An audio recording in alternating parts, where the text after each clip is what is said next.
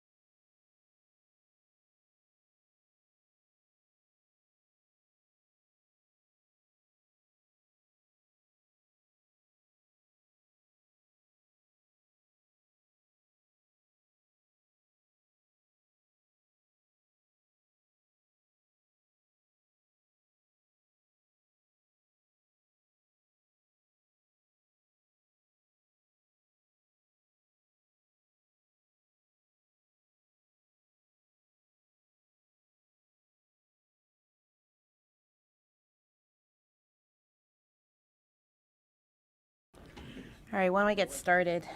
Lisa, I don't have the attendance on here. We do the attendance usually? Roll call. Roll call's missing off the agenda. You can do it as per call to order. Yeah, I'll do it as per call to order. Roll call. Here. Here. Matt Blanchett, Here. Ken Cleveland, Here. Ken Jackson, Here. Blaze Messenger, Here. John Post, Here.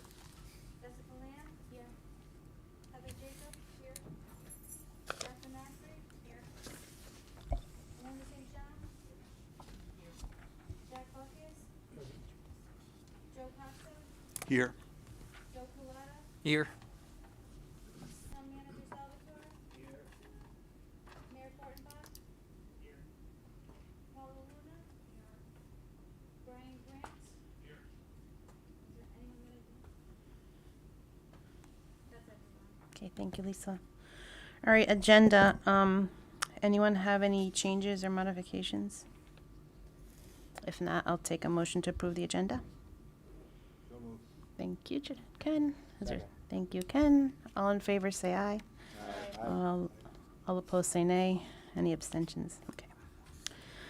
Approval of minutes from the January 18th meeting. You should have all received an email copy of these. Anyone have any comments or changes? If not, I'll take a motion to approve the minutes. So moved. Thank you, Shannon. Is your second? Second. Thank you, Blaze. All in favor of approving the minutes, say aye. Aye. All opposed, say nay. Any abstentions? Ken abstains. Thank you.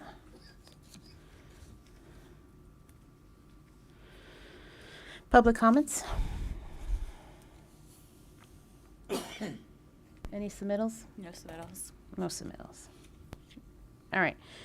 My update. So good evening, everyone. Welcome. It's our first time in person this year. I think it is. Yep. All right. Hopefully everyone dressed warmly tonight because it's going to be a cold one.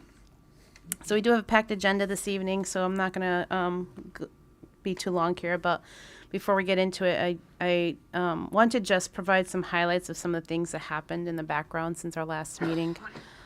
Today we did have a meeting with Eversource to look at the Eversource incentives. It was pretty enlightening, even though I had no idea what they were talking about electricity-wise.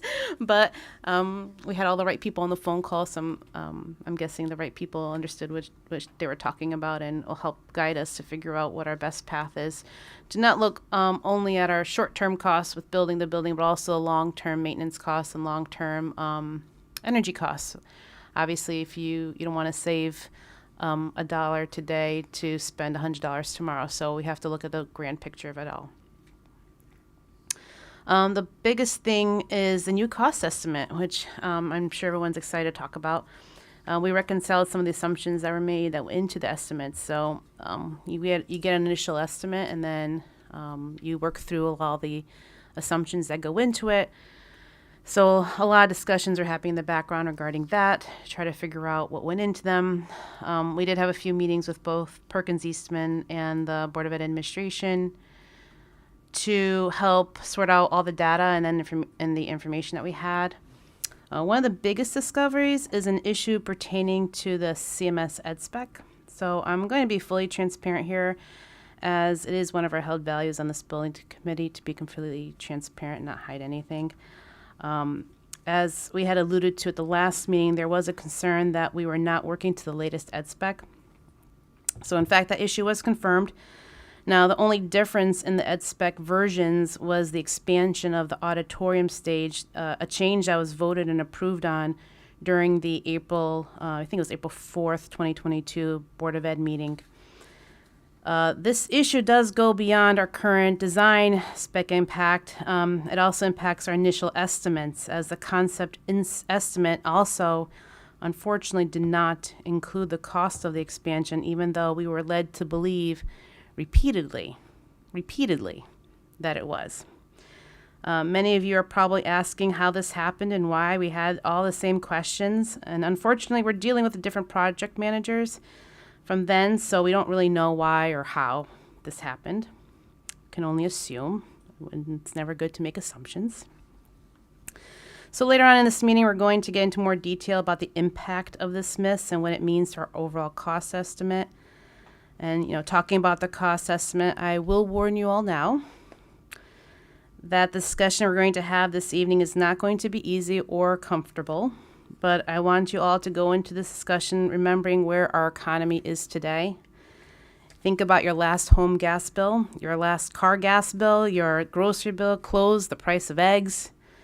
I don't think anyone could have imagined a war breaking out in the Ukraine last year, or all the supply chain issues we're having that impacts almost every single industry in this country. So this project is not immune from all of that, just like every other school project in the state is not immune from all that. And last, remember why we are here and what we need to focus on. Bringing a modern curriculum to our very impressionable middle school students. As long as we focus on the right things, we will weather the challenges ahead. And with that, Communications Subcommittee report. Hello, so a pretty short update this evening. We're preparing our February newsletter, which will go out next week. The next subcommittee meeting is on March 1st, and we plan to reschedule the community forum now that we have had more time to review the schematic design and the ed specs. So we will work with the design subcommittee to reschedule that shortly. And that concludes my report.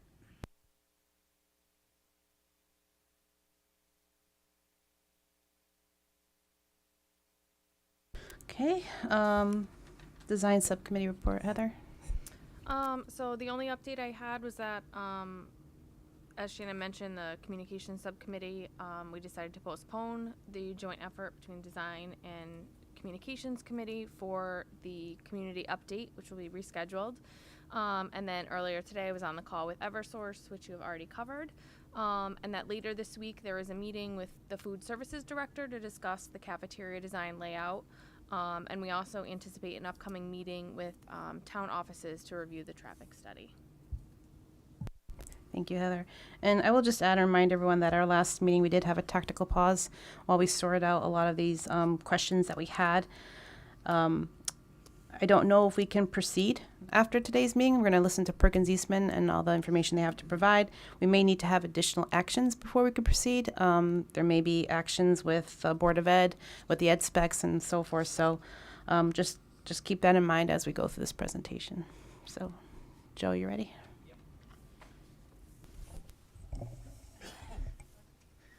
Good evening, everybody. Our agenda for tonight, we're going to give an update on the traffic study, building design update, schematic design estimate update, followed by value management log, and our schedule update, meetings and data gathering that's been occurring and meetings that will occur, and then our next steps.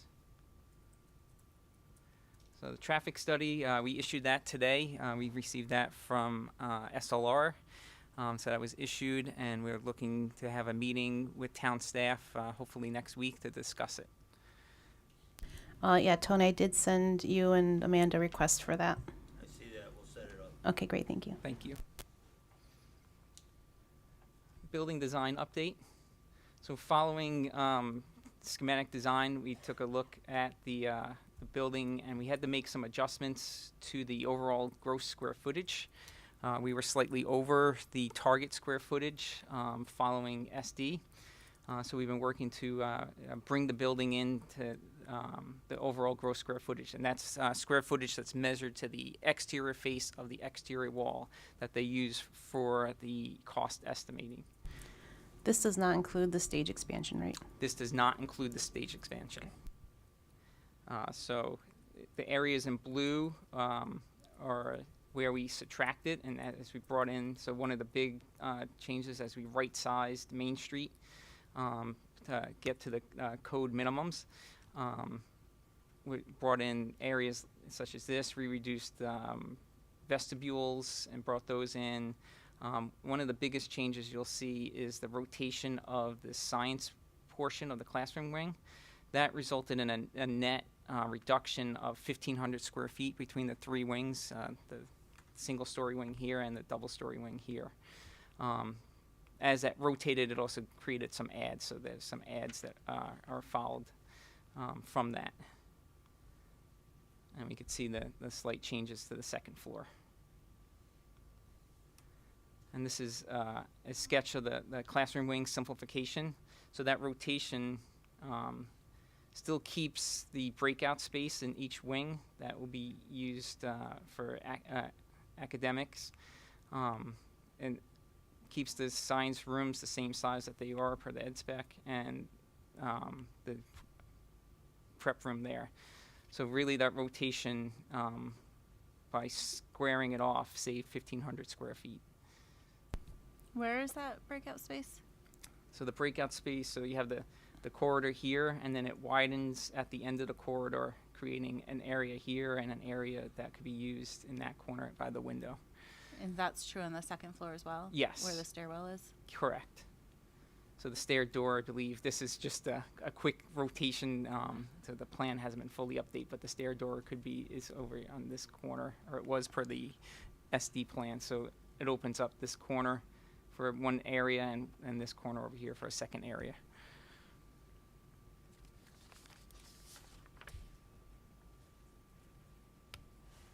Any questions? So at the end of that hallway, what's the end of that hallway look like? Is it just a solid wall? Depending on which, so this hallway here, the single-story space is intended to be a glass wall. On the two-story wing, because we have the stair, we're hoping to have a glass wall here and a glass wall at the stair, so it still allows a view through. Yeah, it could be, and there will be doors on hold opens too, potentially, so if we had to not have a rated glass wall at the interior. So could that stair go alongside the classroom instead? So it's just, we're not buying fire-rated glass? That's a potential. It could add some square footage back in, because that rotation we'd have to get to that stair, but I we could think take a that would look be at that. offset by fire-rated glass. Mm-hmm. Yeah, it's an early sketch right Yep. now. Yeah, that seems like a good suggestion, because I just think being right up to the stairs seems like it might be an awkward breakout space with the classrooms right there and stuff too. Can you Okay. take an action look into that, Joe? Yep. Thanks. Yep, I'll let the design team know. Okay, following that is, so we'll refer back to that sketch a little bit later when we look at some of the value management. So the schematic design update, estimate update.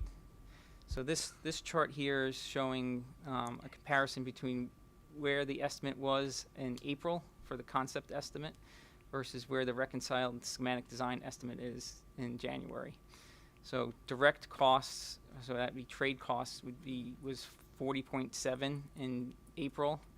We're at 52.9 in the SD estimate. The total construction cost in April was estimated at 50.9. We're estimating 68.1. Soft costs remain the same. So for a total budget at concept of 58.6 and 75.8 gives you a delta of $17 million between SD and the concept. So the breakdown of this $17 million delta is as follows. So we have trade cost increases. So we had PAX, who is the cost estimator, look at the concept estimate that was done in April and apply today's trade costs to that estimate. Those trade costs increases from that concept estimate resulted in $9 million, and we'll show a breakdown of that after. Site development from concept to SD resulted in about $1.5 million delta. Demo and abatement, and we have an update on that. Between the two estimates is $1 million based on what was assumed at the SD estimate. Building area gross square footage is 1.8 million, and that is a delta between what was reported for the concept estimate versus what the ed spec value for the gross square footage should have been. And then one of the bigger numbers is the escalation. So escalation is what we're inflation to the midpoint of construction from today. So that delta from what was estimated in April to the escalation today is 3.9 million. And then we have a total value of what we're going to be over the concept budget of 18.2 million, which includes $1 million for enlarging the auditorium to 500 seats. So the trade cost breakdown, and these are not all the numbers that were examined, but these are the most significant numbers. So this column will not total the 5.8 if you're checking math, but these are just the areas that had the largest increases. So we had temporary facilities went up by 600,000, cast in place concrete foundations is 465, structural steel went up incredibly, siding and panels 222,000, roofing 600,000, curtain walls and windows almost 500,000, chipboard assemblies 182, food service equipment 100,000, plumbing 133,000, HVAC is over $500,000. Electrical was the largest increase at over $1 million from concept to SD trade cost values, and site work was 462,000. Could you, is that, this is the increase, you had explained earlier that the concept design estimate that was developed in the spring, that the estimator ran those estimates at today's dollar figures. So is that what Correct. these numbers represent? Like our concept design priced in April and our concept design priced today? Correct. The electrical went up $1 million. So this isn't a comparison to concept to schematic. This is Correct. still concept to It's concept. concept to concept. So the But trade at today's at today's rates. rates. Okay. Yes, Thank you. exactly. And then PACS applied the indirect costs, which would be all the CM contingencies and escalation and fees and bonds and general conditions. So that resulted in 4.2 million on top of the 5.8 for the total of the 9 million in total trade costs. So that would bring the original concept estimate in today's dollars from the 50.9 million to 59.9 million. We have a chart later that is going to explain all of this in And a that's just the summary. construction cost, doesn't include soft costs or anything That's like that. right. So my understanding is soft costs from that we're carrying the same soft costs from April and that we're carrying today at SD. So site development, you've seen this site plan that we presented earlier. So this is the schematic design site plan showing the full development of the site. So the site plan is a lot different from what was shown at concept because of what we've done through programming with the educators, what we understand with changes for the code for like utilities and for site drainage. The site drainage in the current code is much more stringent than it was probably understood in April. So there's a lot of extra drainage that had to occur because we have to, whoops, wrong button. We had to account for pervious surface for the existing building and pervious surface for the existing building being on site at the same time for the 2-year duration of construction. So that is factored in as well. And there's a lot more site development with a number of trees that are required by zoning. I'm not sure if that was accounted for at concept. So it's a much more robust plan and a lot more detail that was shown at concept. So basically, after having discussions with the town and everything, this has a lot more fidelity to it than what the concept design had. Correct. Okay. Yes. So demo and abatement. So the both estimators priced the demo and abatement of the existing building at today's dollars, and there was $1 million delta between what was assumed at concept to what was shown at SD. We have a better understanding of that now. The delta. Oops, I have a slide later showing that that delta is going to come down because it's not as much abatement as was previously assumed. Sorry, I just want to walk through that quickly. So what was we assumed something in April, Mm-hmm. And then this most recent assessment, we assumed that that value would be higher, Yes. and now we're bringing it back down. Right, because we received more information from our environmental consultant, along with a budget to go with that information from the environmental reports, Okay. showing that there is instead of $1 million delta, it's about a $400,000 delta from what was assumed at concept. Okay, thank you. Sorry, assume the schematics. Thanks, Jack. So a building area analysis, this is a chart that it's been a little bit revised. We showed this back in October. So we're looking at the middle school ed specifications. So this is just the middle school, not looking at the Board of Ed. So the net program area was 62,648 square feet, and the core circulation was shown at 20,665, which is a net to gross multiplier of 1.33, giving you the eligible square footage of 83,313 square feet. So that is the grant eligible square footage, which would be measured to inside face of walls. Our understanding is that the concept estimate used that number as the gross square footage for calculating the concept budget. Our anticipated building area based on inside face of exterior walls of 83,313 square feet with the assumed 5% wall thickness of 4,000 square feet, we would have anticipated the building gross square footage to be 87,479. We're currently looking at with the revisions to that we just previously shown to reduce the square SD building area, we're looking at a total building area of 87,788, which is very close to this number. So that would be a net area of 63,691 square feet. That's the inside face of program. We have a net to gross ratio based on these actual numbers of 1.37, which is extremely efficient. So we're very close to being right on target to what we would have anticipated as the building area. And again, just for everyone's benefit, this does not include the expansion. Correct. So then the last item here is the escalation. So in April of 2022, escalation was assumed to be about 6% inflation. We're looking to the midpoint of construction. We're carrying based on cost indicators and everything that the estimators look at of 11%. So that gave us a delta of the 3.9 million in escalation that we're showing here.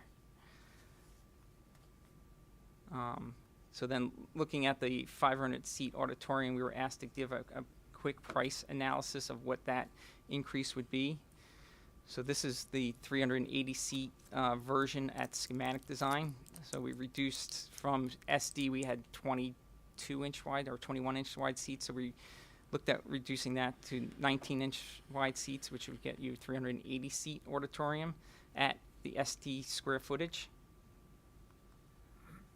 This version here is the expansion to the 500-seat auditorium. So it's a little different. We had to split to 2 aisles instead of 1 center aisle to get the code required number of seats. It also shows a slightly larger stage, because as you grow the seating, you have the ratios and proportions change for the stage as well. So- And again, just to remind everyone, our current auditorium seats 491, It's 400. 493 people. Yeah, I think it was 4. I came up with 491, and There's a few seats in the back that have been taken out. yeah, I think that's for handicap accessibility. So, So if you count those, if you it's like counted loose 493. seating, you could get 500 on the dot. Okay, 500. So this is showing that when we grew the seats, had to grow to the south to make the auditorium wider and to keep proportions and sight lines with the stage and the proscenium opening. We also had to grow it to the east as well. So there was some additional square footage that was resulting here and here for a total of 1,700 square foot increase, and that the value that we were showing in the SD estimates of cost per square foot, it resulted in $1 million increase.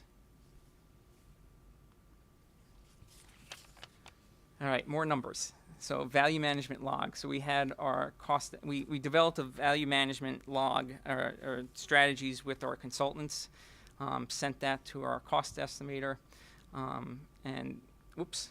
Joe, can you just explain what value management is for those who don't understand what that Okay, is? so value management is looking to reduce scope and scope confirmations, and potentially removing scope from the project to lower or assign a cost to that to adjust the overall cost of the project.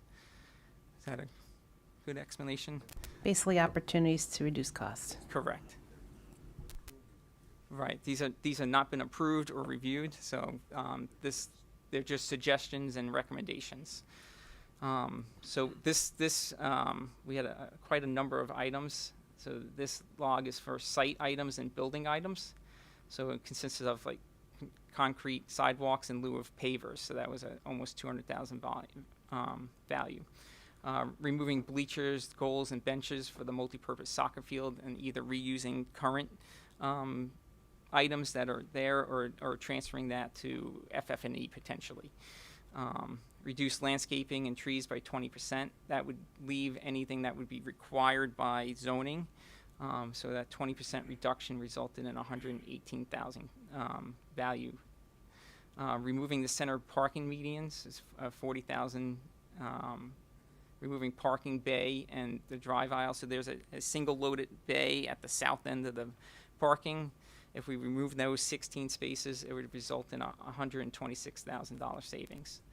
Is that the one facing the softball fields It would be the or one. baseball fields? It would be the one facing the residence to the right of the main access drive. Yeah, I could go back to that. Oh, like the current Board of Ed parking? Nope. Oops. Okay, all right. Uh-oh. It's not keeping up with me. Come on. So it's this row here.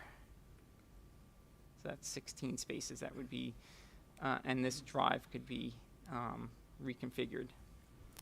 Would that shorten the parent loop? No. Okay. It's just reduction of parking. So It what would go in become that space then? Just probably lawn would be what we would. Yeah. Oh yeah, so the parking medians, so that would be these center ones here between these bays here. I think we already talked about those last time, right? That the town prefers we don't have them anyway. Yes, yeah, it makes it much easier to plow. Yeah.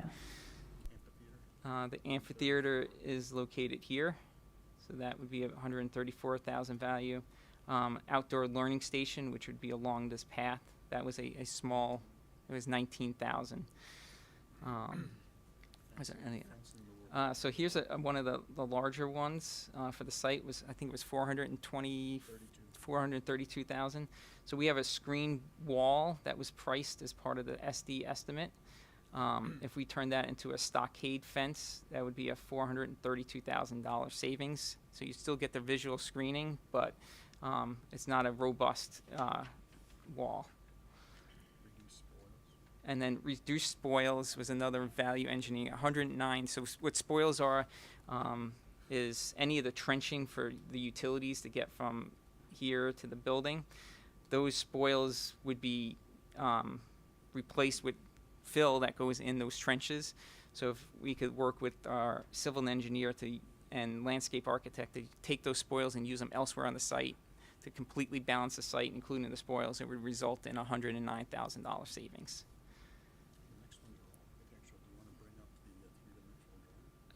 Yeah. Yeah. Okay. So the last few items on this list, sloped roof steel in lieu of tapered insulation, 136,000. One of the biggest increase in roofing is actually the tapered insulation.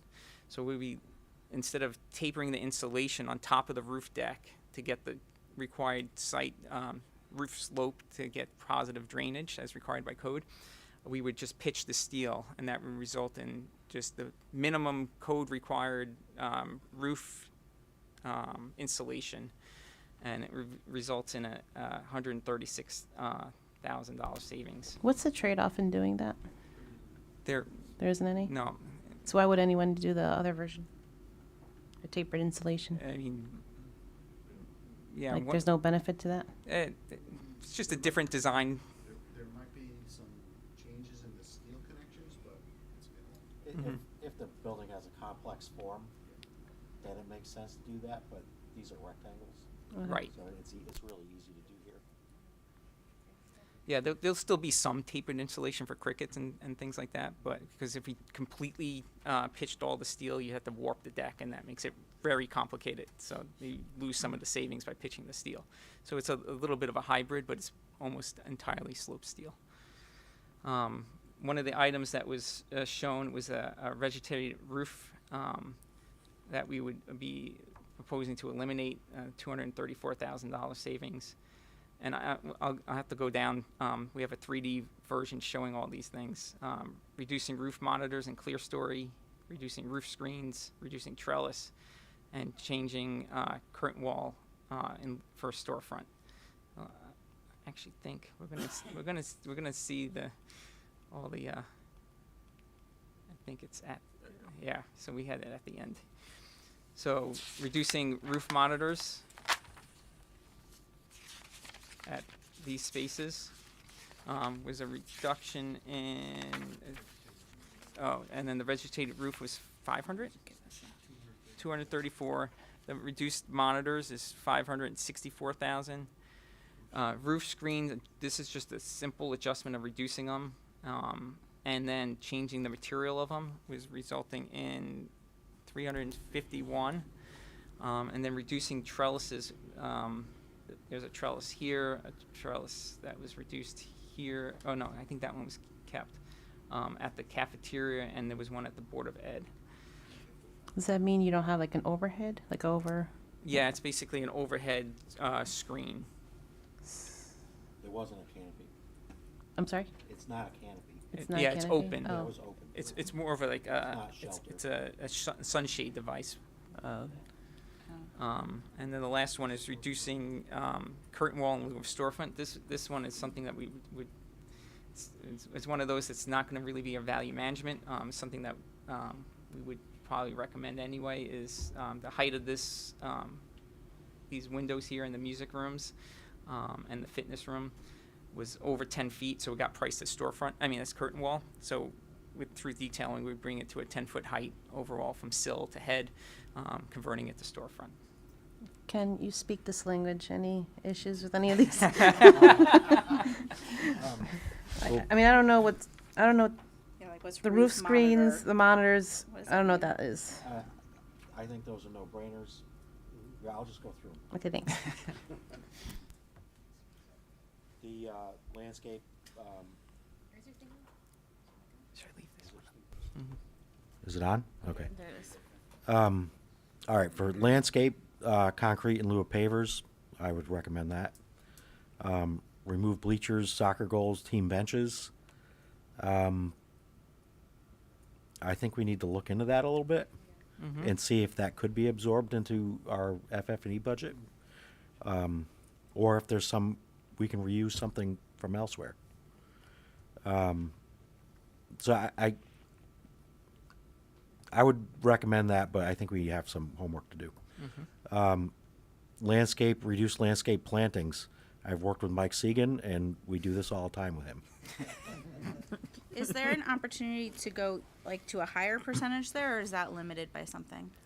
We Let's could- start with 20, and then we'll go another 20 after the next one. Go ahead. Shannon, it's really a function of what planning and zoning is going to ask us to do there. Okay. Right? There's a certain spacing of trees for parking lots and sidewalks and that kind of thing. So we don't know, but we'll certainly twist his arm on that one. Okay. Landscape remove center median in parking lots. I personally wouldn't recommend that, but I understand the town's desire to make it easier to plow. It's probably okay. Landscape, remove southernmost parking bay. I would do that. Remove amphitheater. I would recommend that as well. Remove outdoor learning station for 19,000. I would not recommend that. Landscape, provide chain link fence in lieu of service area walls.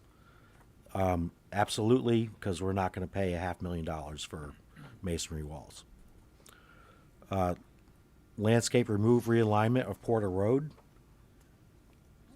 Oh, I didn't get to that one yet. So this is the road on the north side of the site where the softball field is. Yeah, that's We're not there on that. yeah, I had that as a separate list. Oh, okay. You want to get to the, you want to stick with the architecture ones? And then I could go back. Oh, sure. It's in the packet. I think that one needs more work anyway. Oh. You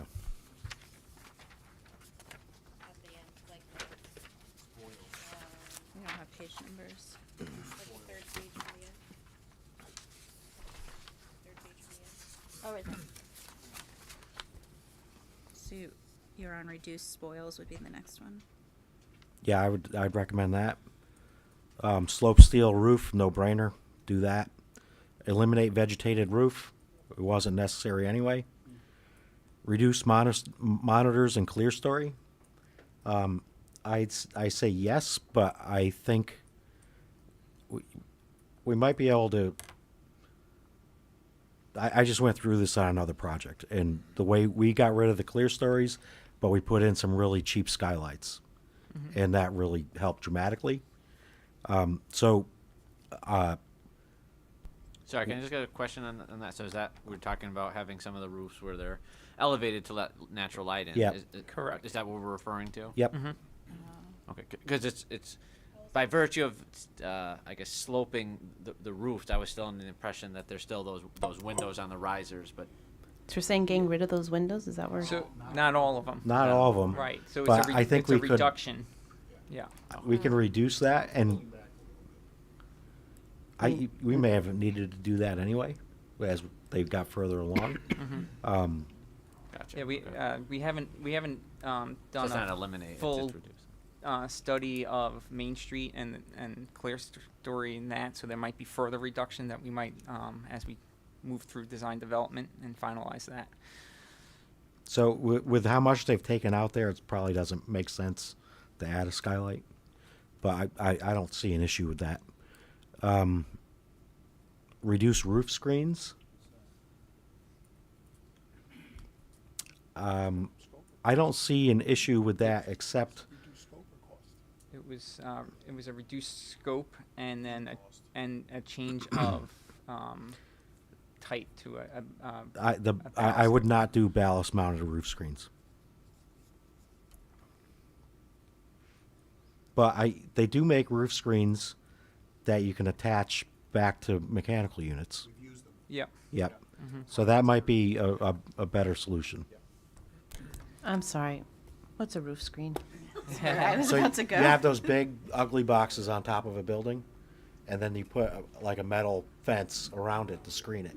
Uh, So ironically, you make a bigger metal box. But oh my god. But Oh, I but it's a see. nicer looking metal box. I And getcha. and Cover up one box with another box. I see. and we're currently going through mechanical coordination with CES.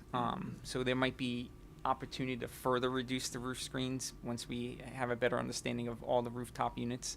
And that's just for optics? Mm-hmm. That may be that may be a conversation that can be had with planning and zoning.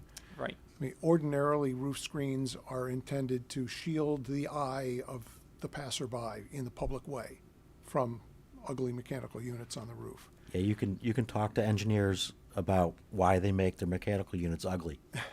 If they didn't make their mechanical units so ugly, we wouldn't have to screen them. So with the orientation of the building as it is, the distance away from the road, from the neighbors, yet being surrounded by parkland, you could make the argument either way. Public is going to be on all sides of this building, or we're away from the public way. Is it really that big of an issue? So I think that that's a conversation to have with zoning to see just how much roof screening will be required. You know, what is the public way? What is the, you know, the public's view of the building versus somebody who's in the field out in the backyard? I mean, is that what we're trying to guard against, or just make it presentable, you know, on its public face? So again, more to be developed. What do we have on our current schools? Because I couldn't for the life of me tell you one way or the other if I've seen mechanical units or not. I don't think there's much because you're not air conditioned. Okay. So you don't have units that big. Well, WIS is air conditioned, right? So, do you remember, Ken? All right, we'll take a look. But, you know, remember what we're comparing it to. A school that was built in the 50s without air conditioning. And then if they would add it, they would just put it on the roof Yeah, without the input of an architect. yeah, my only point is, if they're up there now, I have not seen them. But if they're up there and there's a screen, then maybe that's the reason we haven't Yeah. noticed. Yeah. I- So I is think- there a benchmark? That's I think all. that these could be reduced a little further, maybe on one Agreed. side. So there's definitely some value there. Reduced trellis, I don't think we really needed one on the north side. I don't have an issue with that. Storefront in lieu of curtain wall, Sorry, can we just pause though? Because there was multiple trellises around the building. So could you just identify like which ones are in here? Like, can you just show us on the picture? I Yeah, think that might be so- helpful. There's the one at the cafeteria that we reduced. Sorry, Jack. There was one at the Board of Ed, but when that got reconfigured, that one is not shown here. Okay. There's one at the auditorium, and then there's one at the media center at the art room. I believe that one was not suggested to be removed. Is that just like an overhang?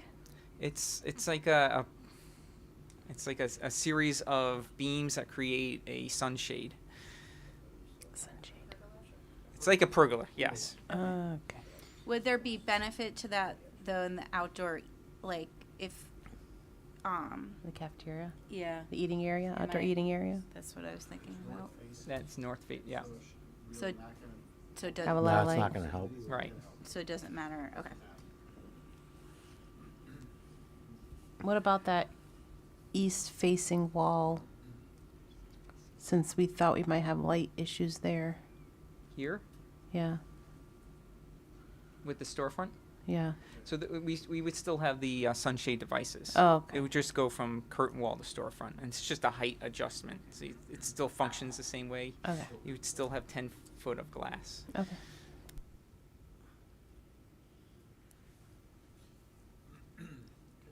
All right.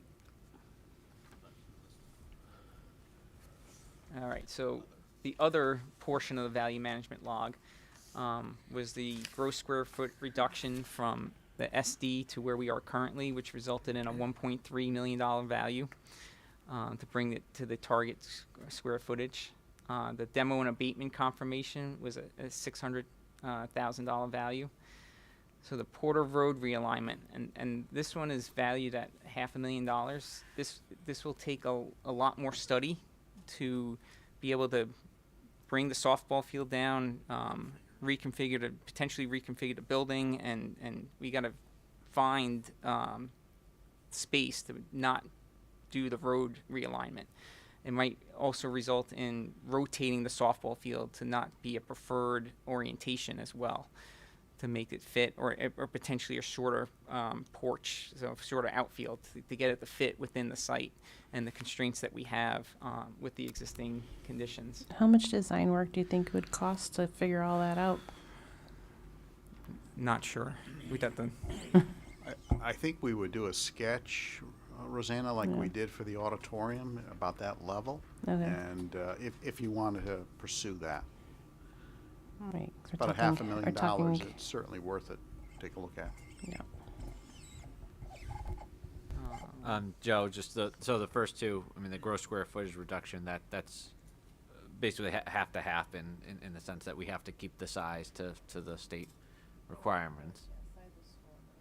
So that, yeah, I'm just thinking like some of these are maybe still up in the air, but you said confirmation, so that's on the demo and abatement? Yeah, so that's that.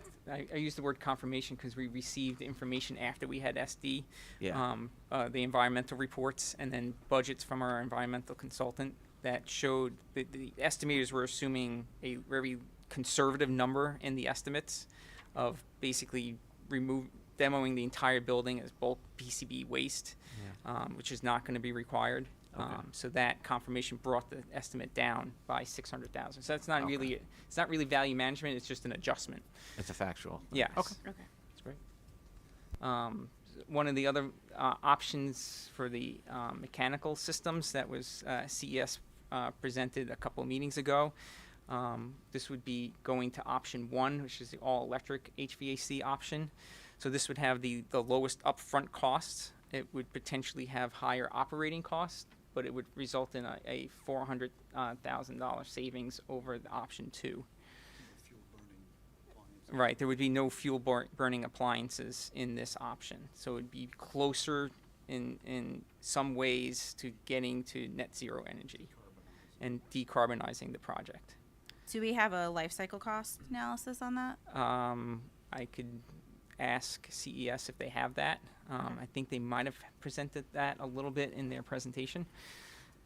So I could ask Eric to I provide thought that. it was in their presentation. I thought believe they it said the was. overall life cycle cost was going to be more than. I know, but how much more, right? Like, is it more than I thought it was pretty 400,000? It Yeah. was- I thought it was a note. Yeah, I thought it was significant. I have to go find out if I still have that presentation. If they printed it out. All right. So Yeah, I think it's just incomplete picture for us to look at. Yeah, we'll say 400,000 now, but Yeah. you know, is it Yeah. like, What's the long term Yeah. impact? yeah, exactly. So there's I'm gonna skip this one for a second. So eliminate the bus canopy, or make it a bid alternate. That would be a $200,000 savings. So that's the canopy that's stretching from the main entry to the bus loop. And can you explain a bid alternate? So a bid alternate would be we would ask the bidders to provide a separate line item for that construction that the committee would, once they get the bids in, would vote to include in the project or not. So if there's additional funds or if it's that would be an ad alternate, or to deduct it to Yeah. get down to a certain price. Oops. So these two items here would require review with the local building inspector and fire marshal. So reducing the water retention system. So this is what I was talking about with the two buildings being on the site at the same time. We have to, per the code, account for all that impervious surface, even though it's only a temporary condition. So the water retention system was designed to account for all that for that 2-year period. Our estimator is suggesting that it's a $200,000 savings if the authorities approve some other temporary measures that we don't have to install this full system. And then the fire pump, we received the flow tests, and based on the flow tests, because we have an actual stage which is that's over 1,000 square feet, per the code, it's required to have an automatic standpipe. Because of that automatic standpipe, it's kicking us into having the need for a fire pump. So that would be another item that we would have to review with the local authorities and see if they would accept a manual standpipe that the fire department would connect to. If that's the case, then potentially we would need the fire pump. The fire pump's included in the estimates, and we don't have a value manage that at this time. So that was related to the stage, right? What's that? That This- was related to the stage. Related to the stage. So because because the stage is over 1,000 square feet, it requires an automatic standpipe. And that's that kicks us into having a fire pump because of the flow pressures that were determined in the flow test. So if we had higher pressure, then it wouldn't be an issue. We wouldn't need a fire pump. But the pressure at the site is not high enough to handle the automatic standpipe. So what was included in the SD? The fire pump's included in the SD estimate already. It was part of the narrative. So Okay. we assumed worst case because we didn't have the flow test at the time Yep. of the narratives. So there's some ambiguity in the code about stages and platforms. Mm-hmm. If we call it a platform, would that get us away from it? It's the square all footage about because we're square over footage. so a stage is defined as being either over 1,000 square feet or above. I believe it's 50 feet in height, and we're over 1,000 square feet, so Okay. we're a stage. I think that there's another factor in there, because just had a similar conversation on another project. I think there may be some wiggle room in that. Jack, can you make sure you're speaking to a mic, Oh. please? We had a similar conversation with another project, and as Ken says, the tipping point between being considered a platform and being considered a stage takes in, the height, because we're not going to be flying scenery above this. They're going to be rolling scenery in and out, so we're okay on height. The height of the performing surface above the main floor is another factor, and then square footages come into play. And I think that there may be a conversation that can be had to manage the design into conforming to a platform. That's going to take some more study. But again, at this point, we want to assume worst case, so that we don't get caught short. And assuming a standpipe is required is the prudent thing to do at this point, which further design will help refine that expectation.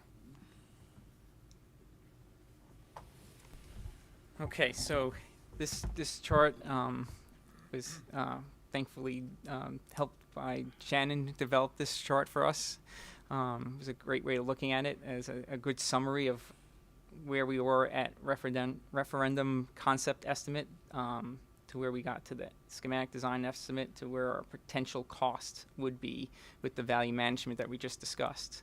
So just to go through this quickly, we have 58.6. This is total project dollars with an increase of $9 million for trade costs, 1.5 million for site work, 1 million in what was assumed as abatement, 1.8 million in the gross square foot size of the concept plan, and the 3.9 million in escalation difference between concept and SD, resulting in a $75.8 million current estimate. So this is based on the PAX estimate plus the soft costs. Then we would look at a $1 million increase for the 500-seat auditorium, which would get you up to 76.8, and then the value management, which is worth 6.1 million, gets you down to $70.7 million delta. So you have 70 million to the 58.6. So if all of the value management was accepted, I believe you would have a $12 million delta between SD and concept.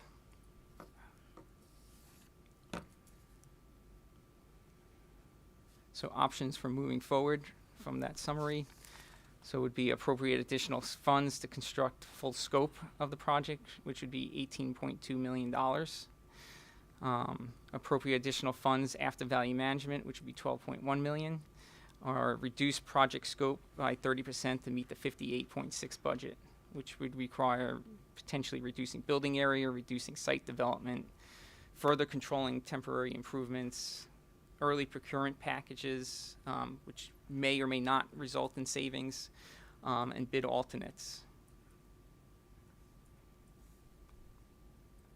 And reducing the building area, you almost have to reduce it by like a third, right?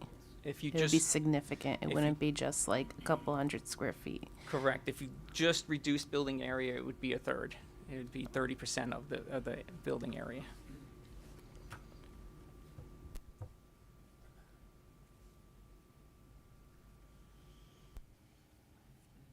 Okay. Think about this. Is that everything that you had?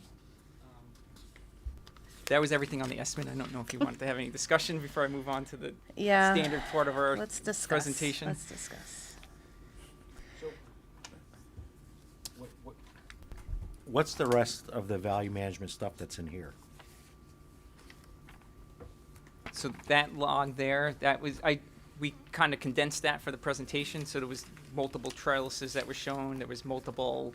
There's other small stuff, Ken, but we're trying to consolidate it Okay. so that we can see that at a glance. So the total number is still the same. You just Yes. group things Yeah. together.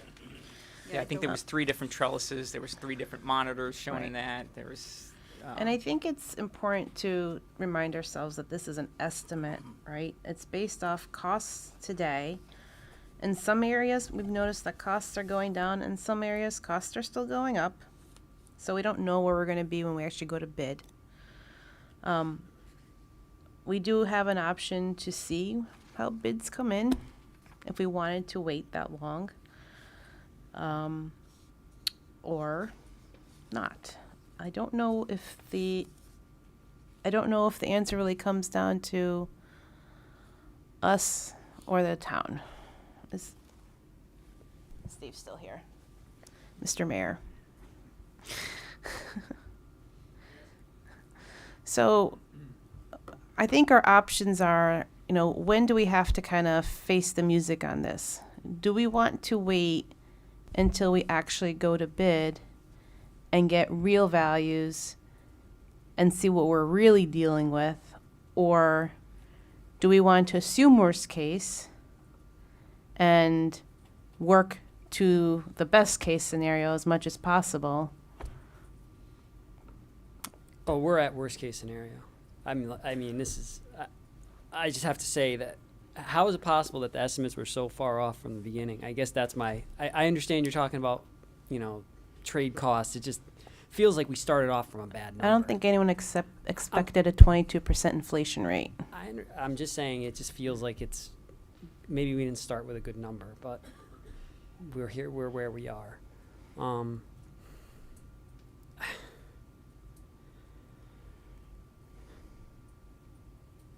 I think I'd like to see where some of the estimates come in, or where some of the bids come in. I think it's not even the screen. I think that we have to consider all of the things that they suggested for cost reductions. I think it's an all hands on deck approach. That's what I think. Yep. So no, you're not going to reduce the building by 30% solely. Okay, but can you reduce it by 10% and incorporate some of these other things that are up? I can't even see which chart. I don't know. There was one that said for cost mitigations, right? There was one that said reduce the building, blah blah blah. There was like 4 or 5 things. Yes, this one right there, sorry. I'm just saying, we're not going to reduce the building by 30%, obviously, right? But if it's an all hands on deck approach, you're going to look at all the things that are going on there, and you're going to take, a cut from each. Okay, those are things that we have to consider. That's what and then in conjunction with, as you start getting bids in, if you see those bids are all higher and going higher, then we have to maybe go in a different direction. But I would still like to see us try and make it work within our budgeted amount, because going back to the town, I think and the town manager is going to have to confirm this for me. I think it's a full referendum back to the community. Now, everyone here understands the community still has a lot of wants on their list of things. So you're going to cut in and probably push all those things back a number of years, some of these other projects. It's not just for the build. I'm not just talking about CMS. And I think CMS deserves a building, right? We deserve to update our building. We need a new building. But we have to keep in mind that there's a lot of there's needs in the community also that, increasing a $12 million, or what is it, $17 million increase to this would wipe out a lot of other options in the community for a significant amount of time.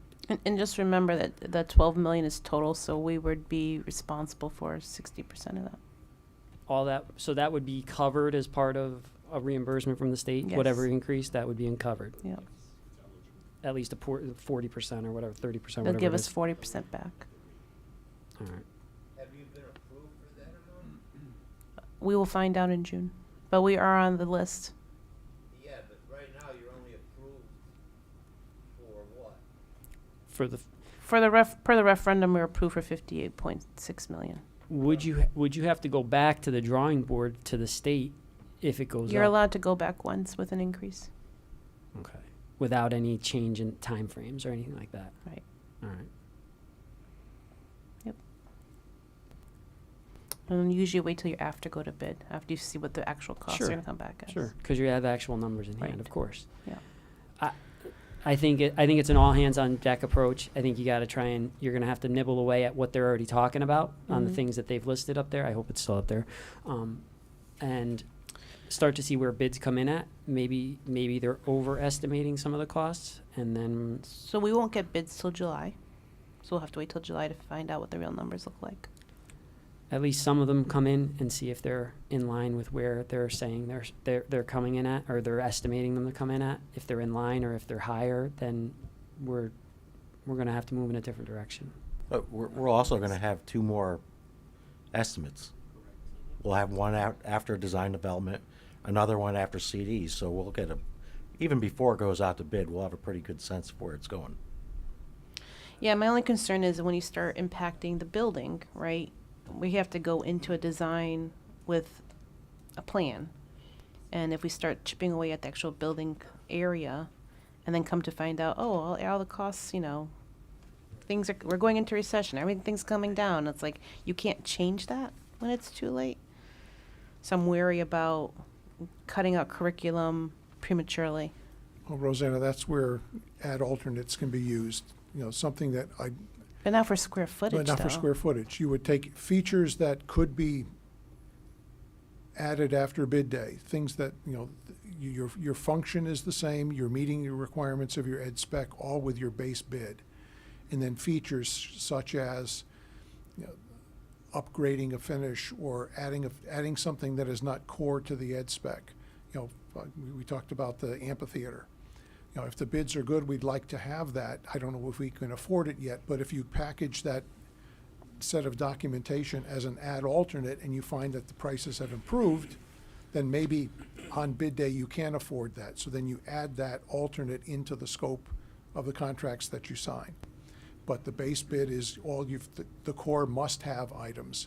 And then your add alternates are the things that you might have compromised to get away from, but you could add without impacting the core functions.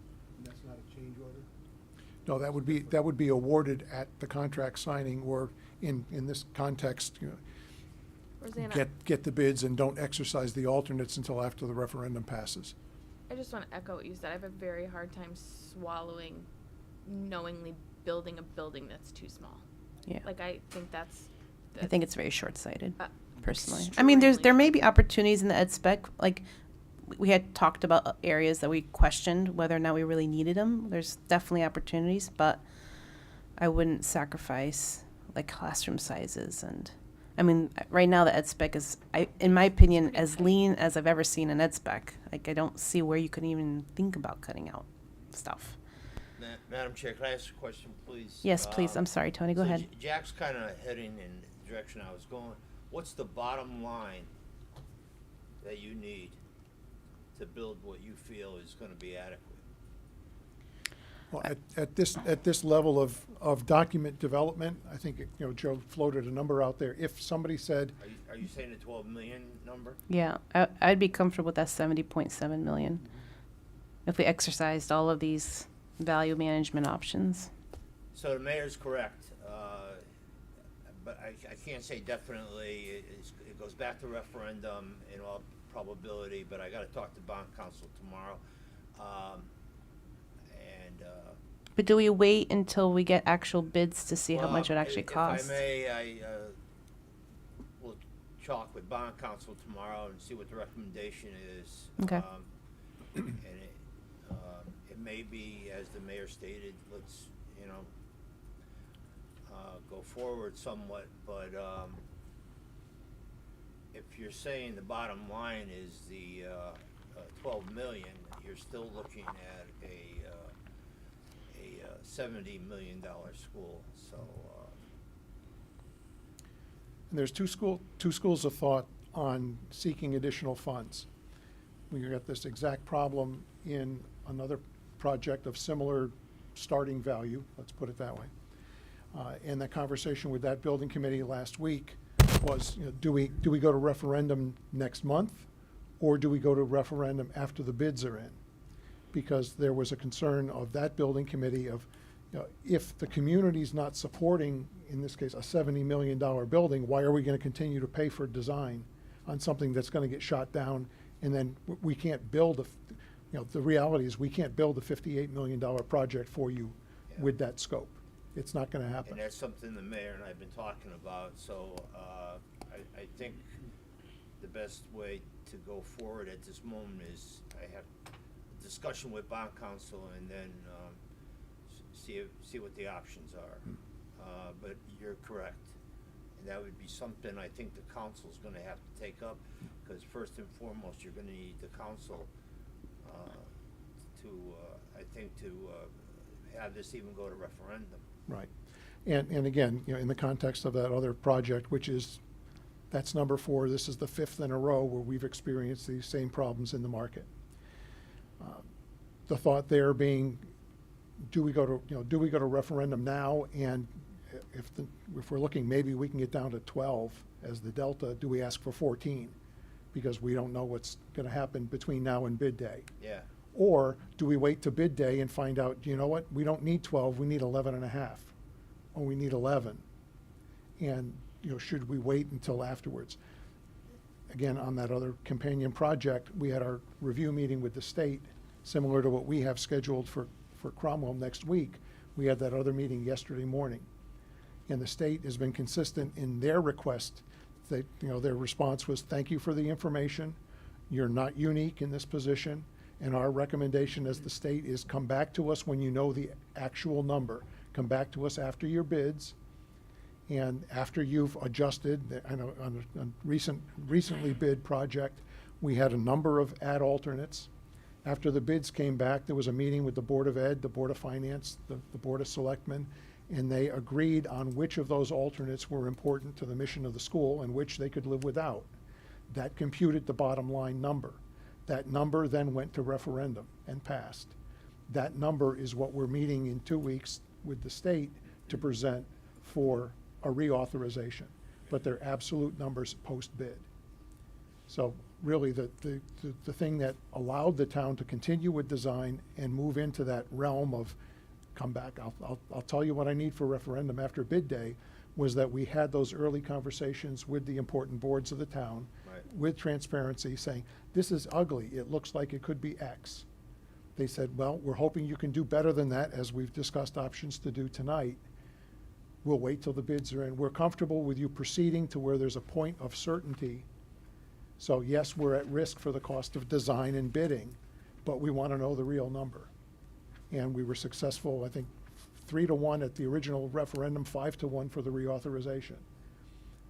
So they were in favor, and they were talking a smaller delta than we're talking here today, but with certainty, they went out to referendum, and we're ready to go back to the state with that revision. Right. I think my advice to the mayor is, that, exactly along those lines, my advice would be, after I talk both with bond counsel and town attorney, that, unfortunately, we had a short agenda for next week, but I think it needs to go on the agenda for the council, to decide how you should proceed, whether to continue with design and go out to bid, and then, ultimately, possibly even onto the Board of Finance, as you said, to decide whether or not, how to proceed. I believe it's gonna be resting with the council though, if I'm correct. But I feel better after talking with the town attorney and bond council. But you definitely need direction now, because right now, you're approved only for the 58 million. Right. And the ugly truth is that, whether it's, somebody was given the wrong square footage to use, or just what's happened in the market in the intervening months, Yeah. a $58 million project that meets your ed spec is no longer possible. They're not, Well, that's a discussion, I No. guess, but my recommendation to the mayor is gonna be that I check with town attorney and bond counsel and see how to proceed after discussing it with those 2 individuals. Yeah, I think that's the safe way to go, and I actually agree with what you were saying about, I prefer let's see what the numbers come in as bids start coming in at before we but it does need to generate from the council, Right. and we need to put it on our agenda for next week. But you're gonna have to continue with design work to get to even that point. That's true. So that's why the question of the council, Council. of those who, have the authority, do we risk this many Yeah. design dollars? What do you think? I think you're better off No, I going mean, with certainty. Not to put you on the spot, but a guesstimate on what it's gonna cost to continue to get to the point where the mayor. Lisa, do you have the invoices? I actually don't have I'm invoices not with me asking tonight. for an exact amount. No, I'm just saying, but we could say if there's $1 million between today and bidding July. is with the design team and the construction manager, then that would be your risk, whatever that computes to, and I don't have that number available to me right now. Yeah, okay, well, my recommendation to the mayor is gonna be, let me, see, and, after checking that, then the mayor can decide how he wants to proceed. If it goes on the agenda for the full council next week, and, discussion, and then how to proceed after that, I would say. Well, more discussion is always better, and sooner rather than later is better, so thank you. Well, we're fortunate because the council does have a meeting for next Wednesday night. So, It'll be on the agenda for next Wednesday. All right. Rosanna, Yep. is that all right? Do you need Perkins Eastman there? They should probably be there. Do you want us to present this stuff again? I think you can just submit that as an electronic. I don't think we need to go through it. I think if you submit it in advance and the council members have it in advance to review, that should be plenty. I have that. You So have- if that's what you wanna go by, I would say after looking at it, that if you could make, you could get me about 8 copies of that, hard copies, so we can get them delivered to the council members, if they can. Would, Is there a chance of getting them by tomorrow? Lisa? would Amanda be able to print them out if I give her a copy of it? I don't really have a Yeah, printer. I'll take care of it. You sent it to me, so I have it already. I can send it to her too if it's easier for you. No, I'll have her, we'll put it in the packet for tomorrow. Okay, great, thank you.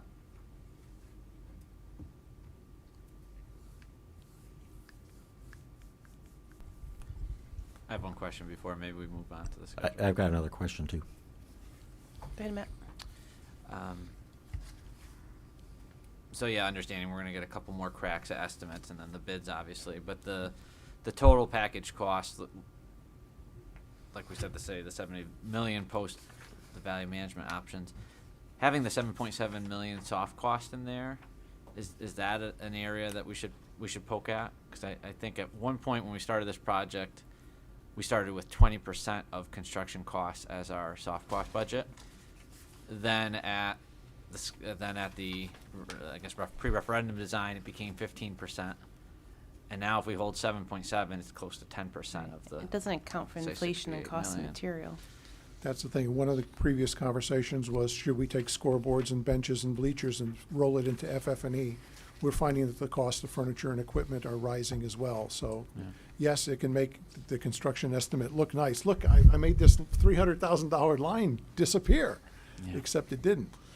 And it comes to bite you further down the project So what would the schedule. percent, if we used 15% of the construction cost, what would that actual soft cost estimate, should it be?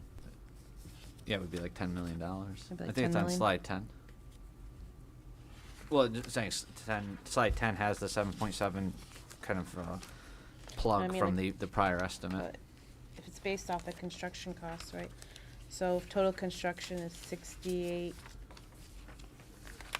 Yeah, 68.1. 70 million times 15 is 10.5. It should be 10.5 million. Yeah. I just wasn't sure if, while we're putting all the cards on the table and we really do want to say kind of what could the worst case be. Obviously, there can be even worser cases, but that would be an area maybe we should. Don't we know some of those soft Well- costs, though? We have fees for ourselves and for the design team. We have, based That's true, on yeah. the variable. They're already high except The for. variable for the construction manager is in their contingency We and started their- off and with their- and their fee. Sure. But the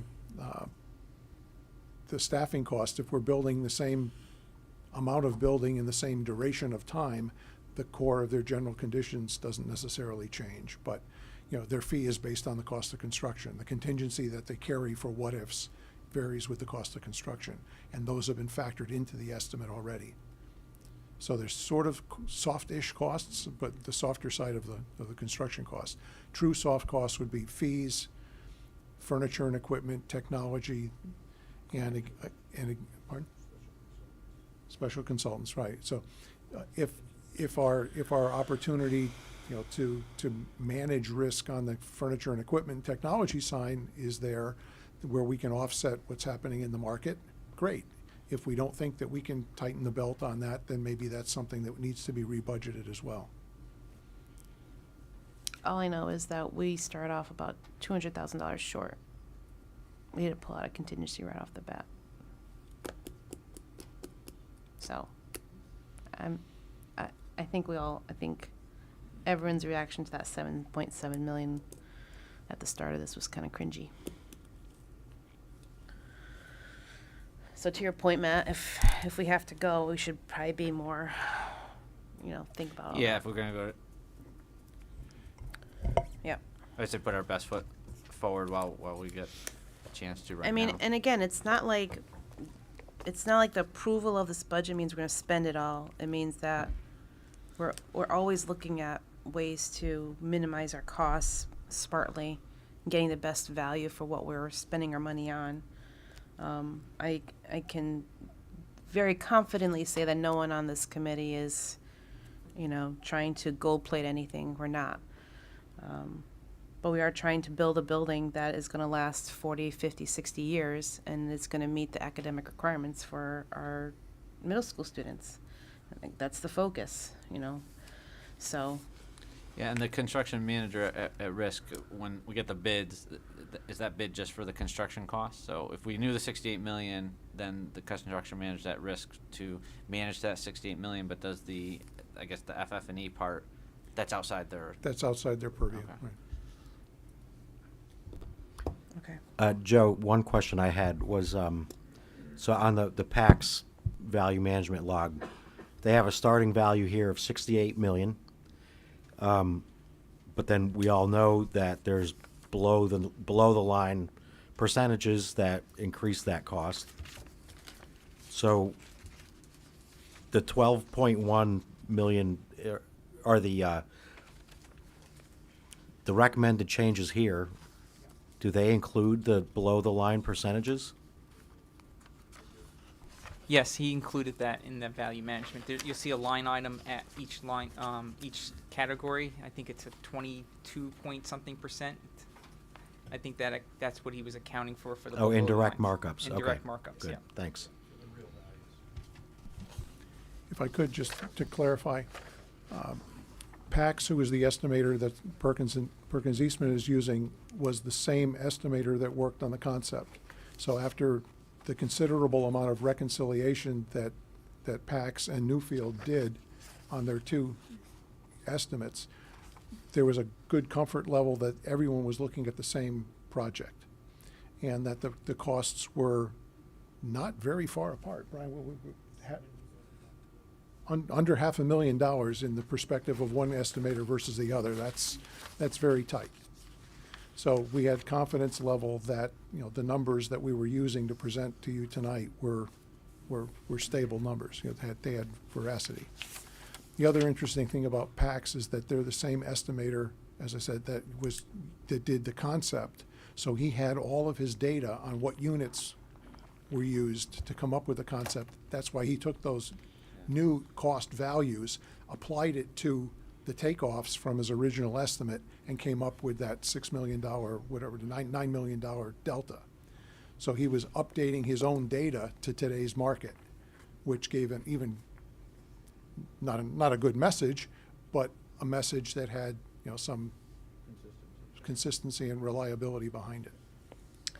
The 400,000 savings for the electric HVAC, I think we really need to see what that, what are we calling it? life cycle is because, I think we can pull that right out of the CES presentation. well, they had shown that there was a 13% increase over our current plan for costs, annual costs. And No, it was 13% above the lowest, which was geothermal. I thought it was 18 above the lowest and 13 above. Stand by. Either way, it was higher than what we have today. Anyways, we'll figure that out. But that's like the conversation we need to have, right? We can't just jump into doing that. Right. Again, we can't be short-sighted in any of these decisions. We have to look at long-term impact. So the life cycle is definitely something to look at. And I mean, the electricity rates these days are horrendous. And the other complicating factor there is that when you're an all-electric building, if the power goes out in the wintertime, Yeah. you are running a generator to run a heat pump to try to keep the building from freezing. Right. So that 400 may need to be adjusted by upsizing the generator. I Right. think that was included It in was that. included. Yeah, it was Okay. initially thought to be a much larger value, but with the So larger that's the net. generator. Okay, at least we're offset dealing that. with the nets, yeah. The annual energy cost, the difference between mostly electric and all electric is 13%. The difference, yeah. So that's That's pretty gonna add sim- up quick, That adds up very quickly. really quickly. I don't even know what that Dr. Mackey will know what our electric bill is. She didn't have exact numbers. I'm, Just talked about it at the meeting. We actually just looked at those numbers at our board meeting, but I can't remember them off the top of my head, so we'll get those tomorrow. How many years? But it would have to be off of, like similar a size building. similar size, like an 83,000 square foot building built today, right? Like we wouldn't want to do based off of the How big is WIS existing right now? Do you know? CMS. Like I'm sure you guys have an example that we could use. Do you remember the square footage I for don't WIS, Ken? remember. All I know Yeah. is that WIS is the most expensive building Yeah. to To run. run. Right now. Our bills, our Really? utilities were through the roof. That's Yeah. the newest one. And it's the newest one. That's why Well, it also I'm has a believer in air conditioning, It has right? air conditioning, Yeah. but we have air conditioning units in every school in the window. It's just, Yeah.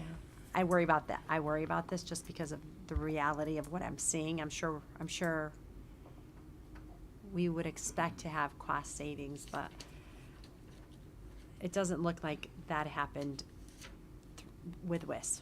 Let's Yeah. put it that way. It's definitely much higher than the other three buildings. Right. All year round or just during the warm months? I don't know, just, 15 years ago. we did the average for, in our budget, when we went over our budget. There's probably a lot more digital technology in WIS too that 20. pulls electricity, right? I'm guessing. Could be a lot. Yeah. I just worry about it because I know the reality of these other three buildings are less to run than it costs us to run, that one, and it's a big increase. Okay. But we'll share all those numbers with you. How many years, do you want a couple of years? Sure. 2, 3? Yeah. Okay. We'll get that to you. Okay, thank you. All right. CES has Any other numbers. questions I'm on? sure they- Do you? the We don't need data to make any behind it is decisions there. today, right? They have to have a number. Do you need us to make any decisions today? No. And right now, we're saying the 500 seat auditorium, that's about $1 million gross additional cost. Yeah. Correct. Yeah, do we have to decide on that?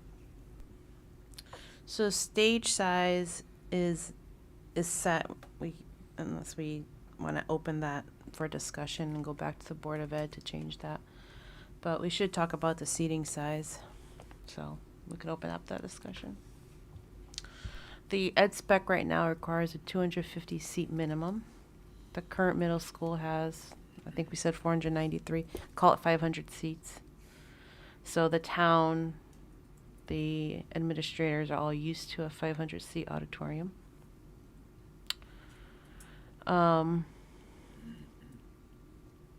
Shouldn't we design it to the anticipated enrollment? So what's what, I don't remember the number. 461. No, 491. 491, sorry.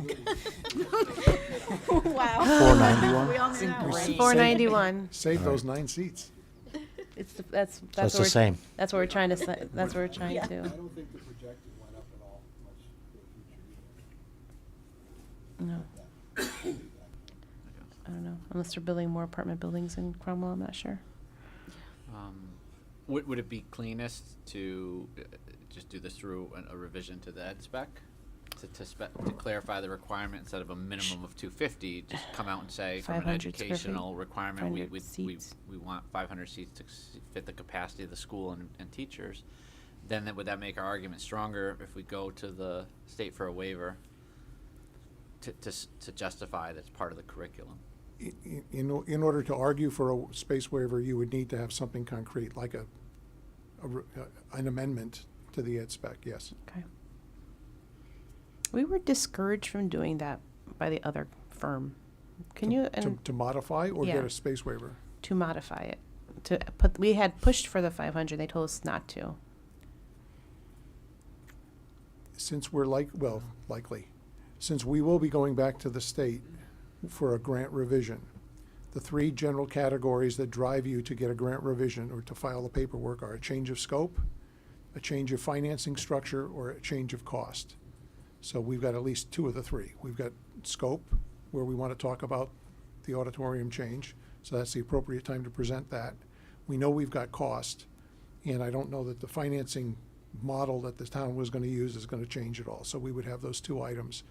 So at the time we present the revised numbers, Yep. we could also provide the amended ed spec and say, these numbers are based on this, and now it's a package deal. And when do we start the waiver process? The square foot waiver, had that been, had the overall building square footage, what are we trying to waive?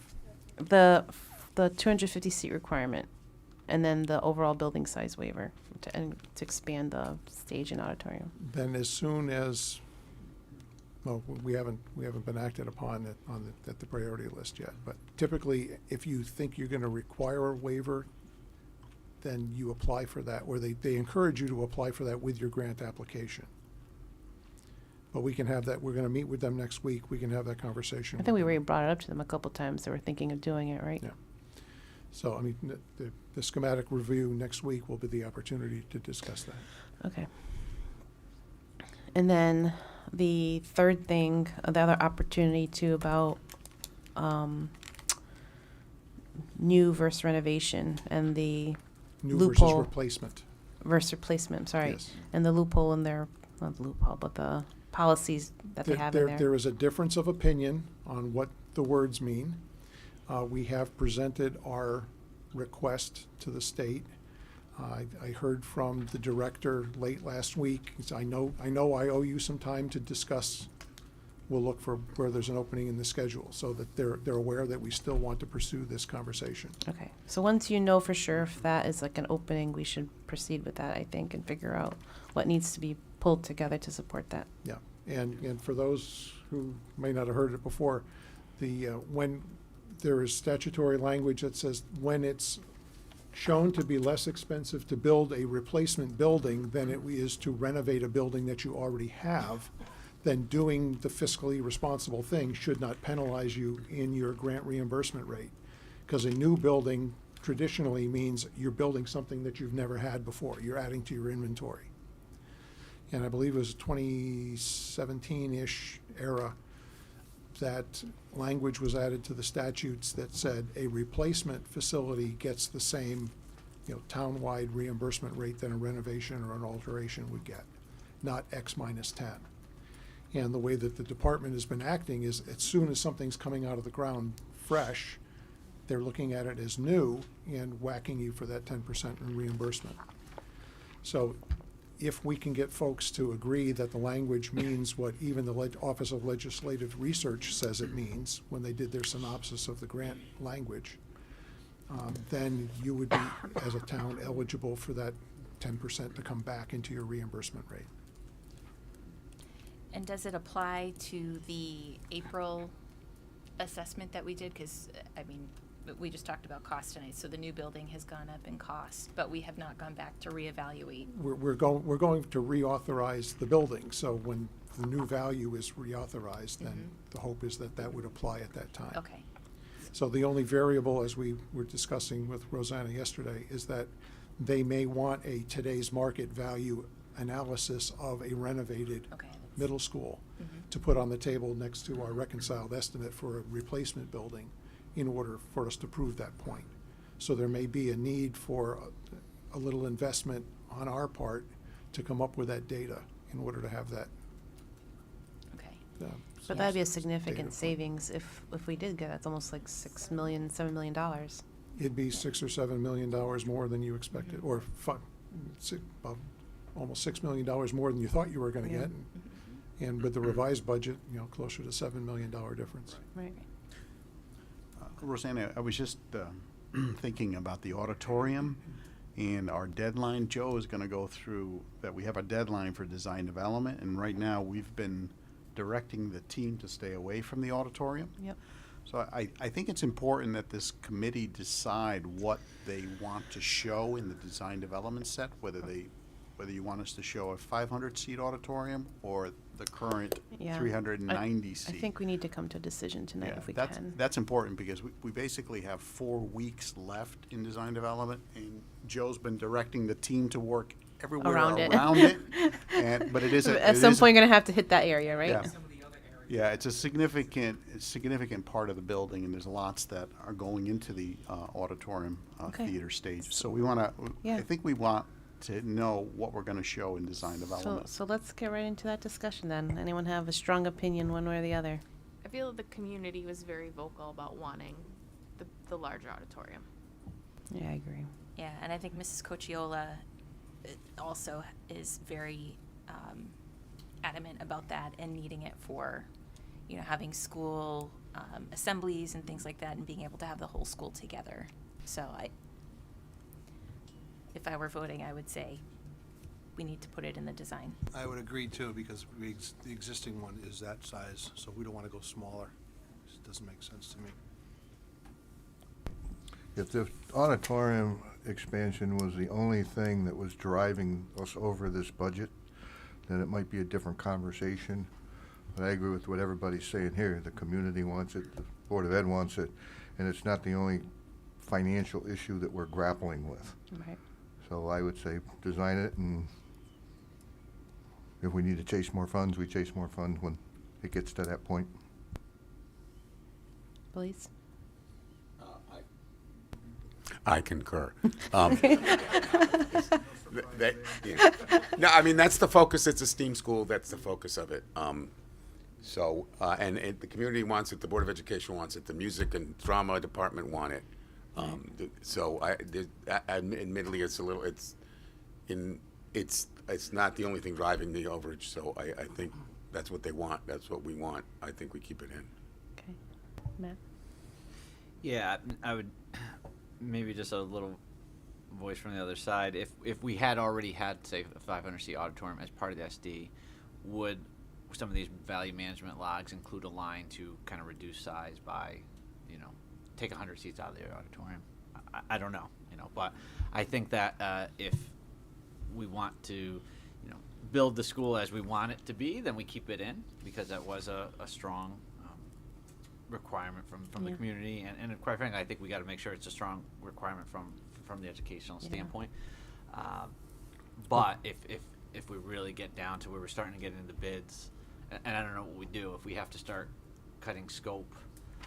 Obviously, it would delay the project, but then we have to address it, right? If we don't get approval, or we get an approval, It'll be for too late to certain address it at budget that amount. point, because we have to get them moving on the design, so it's either in or out. I'd also like to say it's several It's of never too late. several of the schools we visited, the administration was very vocal, and that was one of the things they regretted, was Right. not having a full-size auditorium. Yeah. So it is something that we probably would regret as well.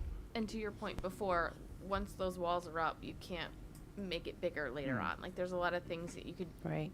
fix or make, And- but right.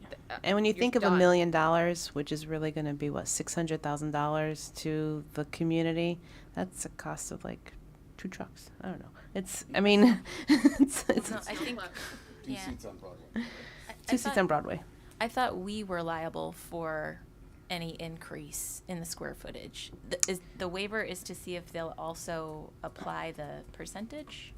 Yeah. Well, That's what the waiver is there's, gonna there's be two for. facets. A square footage waiver, and as Blaise pointed out, as a STEAM school, you've got an argument that the auditorium space, both the square, the square footage as well as the additional seats have a need based on the curriculum of the building. That would be part of our argument going forward. Make that eligible for reimbursement. Yes, okay. The other part is this 10% between new and replacement, and that would be applied at the same time when we get a reauthorization, but it's its own issue. It's two And- separate And to things. Matt's But point, but your So we- question, the waivers for this expansion Yeah. size and the seat size, the Right. number of seats and adding square and footage. adding the Right, square and I footage. think in our communications, so leading up to the referendum last year, we were at least trying to be as transparent as possible and say, when you're voting on this, it does include an expanded Right. auditorium, and we are assuming that Cromwell will be liable. So, so in terms of cost and understanding, that's at least what we were Right. communicating to the community. So. Yeah, I agree. To respond to Matt's comment about, well, would we be talking about, cutting out 100 seats? What we've learned is that the Board of Ed thought that they had done what they needed to do in order to make that part of the ed spec. They voted, but they didn't republish the document. So had that occurred, the document handed to Perkins Eastman to kick off the design would have called for 500 seats. And then our conversation about, are we cutting ed spec? Could it apply to a classroom, teacher's Yeah. workroom, auditorium seating? Yeah. That would be a similar conversation. Yeah. So. Shannon, do you have any thoughts? I concur with everything that's been said. I think from a performance standpoint, giving our band and chorus students the opportunity to perform in front of their peers is incredibly important for building the arts, and it's part of the arts curriculum. And it's something our community has supported. It's something this committee previously has supported and voted on, so I would like to move forward with the larger size. Okay. I've always thought it was too big, but the community does want it, and if that's what the community wants and that's what the Board of Ed voted on, then we should proceed with it. Okay. So we would need a motion to approve going to the Board of Ed to update the ed spec to specify the 500 seats. Is that correct? Well, your opportunity here in directing your design team is to tell them what size you want. And the companion activity afterwards would be to ask the Board of Ed to amend their ed spec so that we've got that in our hand when we go to the state asking for a waiver. Okay. So we should. So there's separate issues. So we should have a motion to approve Perkins Eastman moving forward with a 500-seat auditorium. Yes. So moved. Is there all in favor? Say aye. Oh, Discussion. discussion. Sorry, thought we already discussed. Go No, ahead. just a discussion about procedurally then, we can direct them to do this, but it would look bad if we directed them to do this and the Board of Ed, for whatever reason or other, decides not to. They could. approve the ed They spec would just have change. to take it out after. There is a Board of Ed meeting on Tuesday Yeah. as well, so maybe Yeah. that's something We'll we get some can. clarity They're on not it, get but, that. yeah. They're not going to get that far into detailed design by then. They voted. On They the officially stage. voted on the stage, but they didn't officially vote on expanding the seating. Yeah. They were discouraged too by other. So the ed firms. spec has to be updated. That's more a technical, like someone just has to type in 1300 because that was voted on, but the other thing is they have to at least consciously vote on Right. changing the 250 minimum. They have to. to We have a to make it 500. official in Yeah. the ed spec. Yeah. Yeah. Okay. Okay. I'm fine. I'm good. Yeah. Any other discussion? Okay. All in favor, say aye. Aye. Aye. All opposed, say nay. Anyone abstaining? Okay, motion passes. So you are authorized, Perkins Eastman, to move forward with that. Okay, any other discussion on budget? Can we move on to the rest of their presentation? Going once, twice, all right. Okay. I'll go through this quick. As I said, the environmental report has been issued. The geotech borings were complete on the 4th. We expect the report by the end of this week. There's some delays with the testing lab getting the results to the geotech engineer. The flow test is complete and reports received. Meetings to occur, as a lengthy list here. So we still would like to meet with the building inspector, fire marshal, health department, and 504 officer to review the project and introduce it to them as it currently stands. Is there a reason why there's been a delay in setting that meeting? Is there something we can help with there? And then also the discussions that have been occurring today. Okay. So we want to make sure that the project that we present to them is the project that they're going to be looking at when they go to approve it. Okay. We're working on scheduling a meeting with the town staff to review the traffic report that was issued today. We have a food service meeting scheduled on the 3rd to review the SD plan. That's with our food service consultant and Sandra Shaw. To go over the layout. We have a couple meetings that we would like to schedule. A meeting with AV.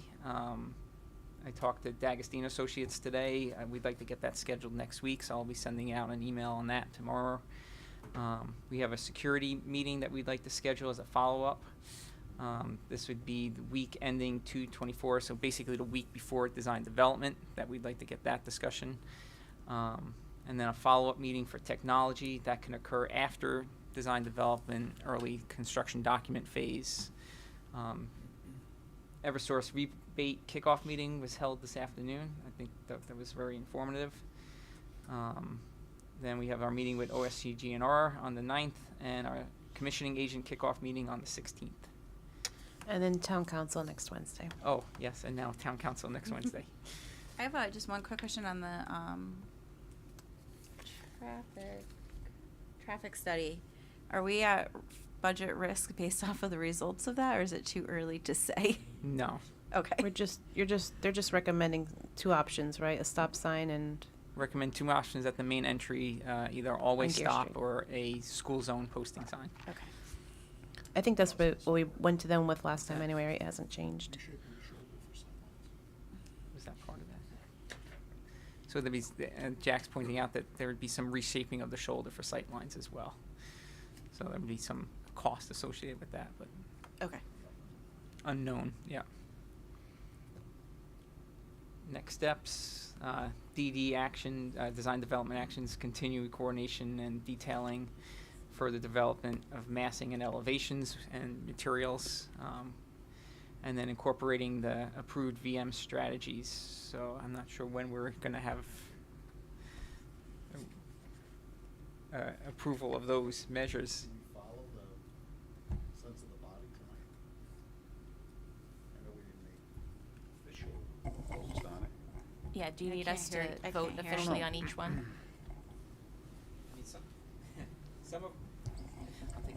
Some of them are best practices that we would recommend that we do that probably don't require a vote of the committee. Like certainly like this, the curtain wall, the storefront, the slope steel, that stuff that's best practices that we would incorporate as a part of the design process. Something like the amphitheater or the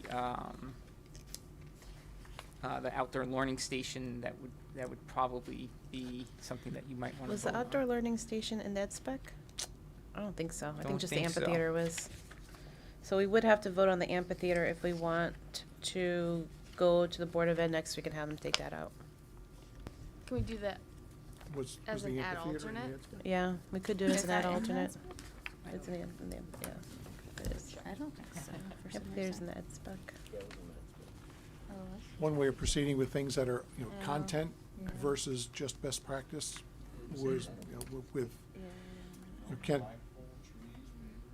alternates. expressed, desire to keep the learning station, but we could treat those outdoor elements as ad alternates. Yeah. It's not gonna make, Right, anything that's not gonna impact the square footage, I think we can do the ad alternates.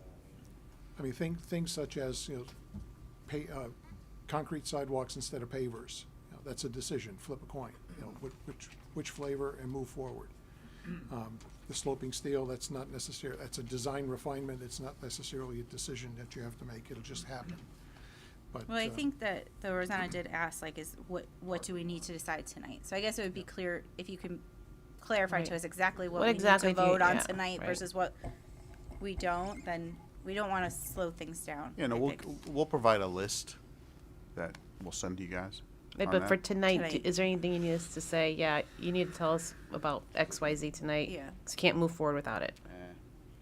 Eh. It doesn't look like there's anything on here, because, I mean. The roof most of these are monitors and material clear type stuff. story, that is something that's gonna Yeah. affect structure, so Yeah. that would be a Right. decision. Well, the HVAC, we're not gonna be able to decide until we get more information, can't. so. Potter Road, we can't decide till we have more info.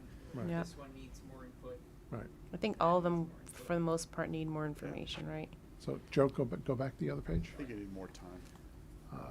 So storefront, that's a design refinement. Reducing trellis, that's, a scope adjustment. That, not necessarily, if it, roof screens, that'll take some discussion, as we said, with zoning to see just how much they're gonna require anyway.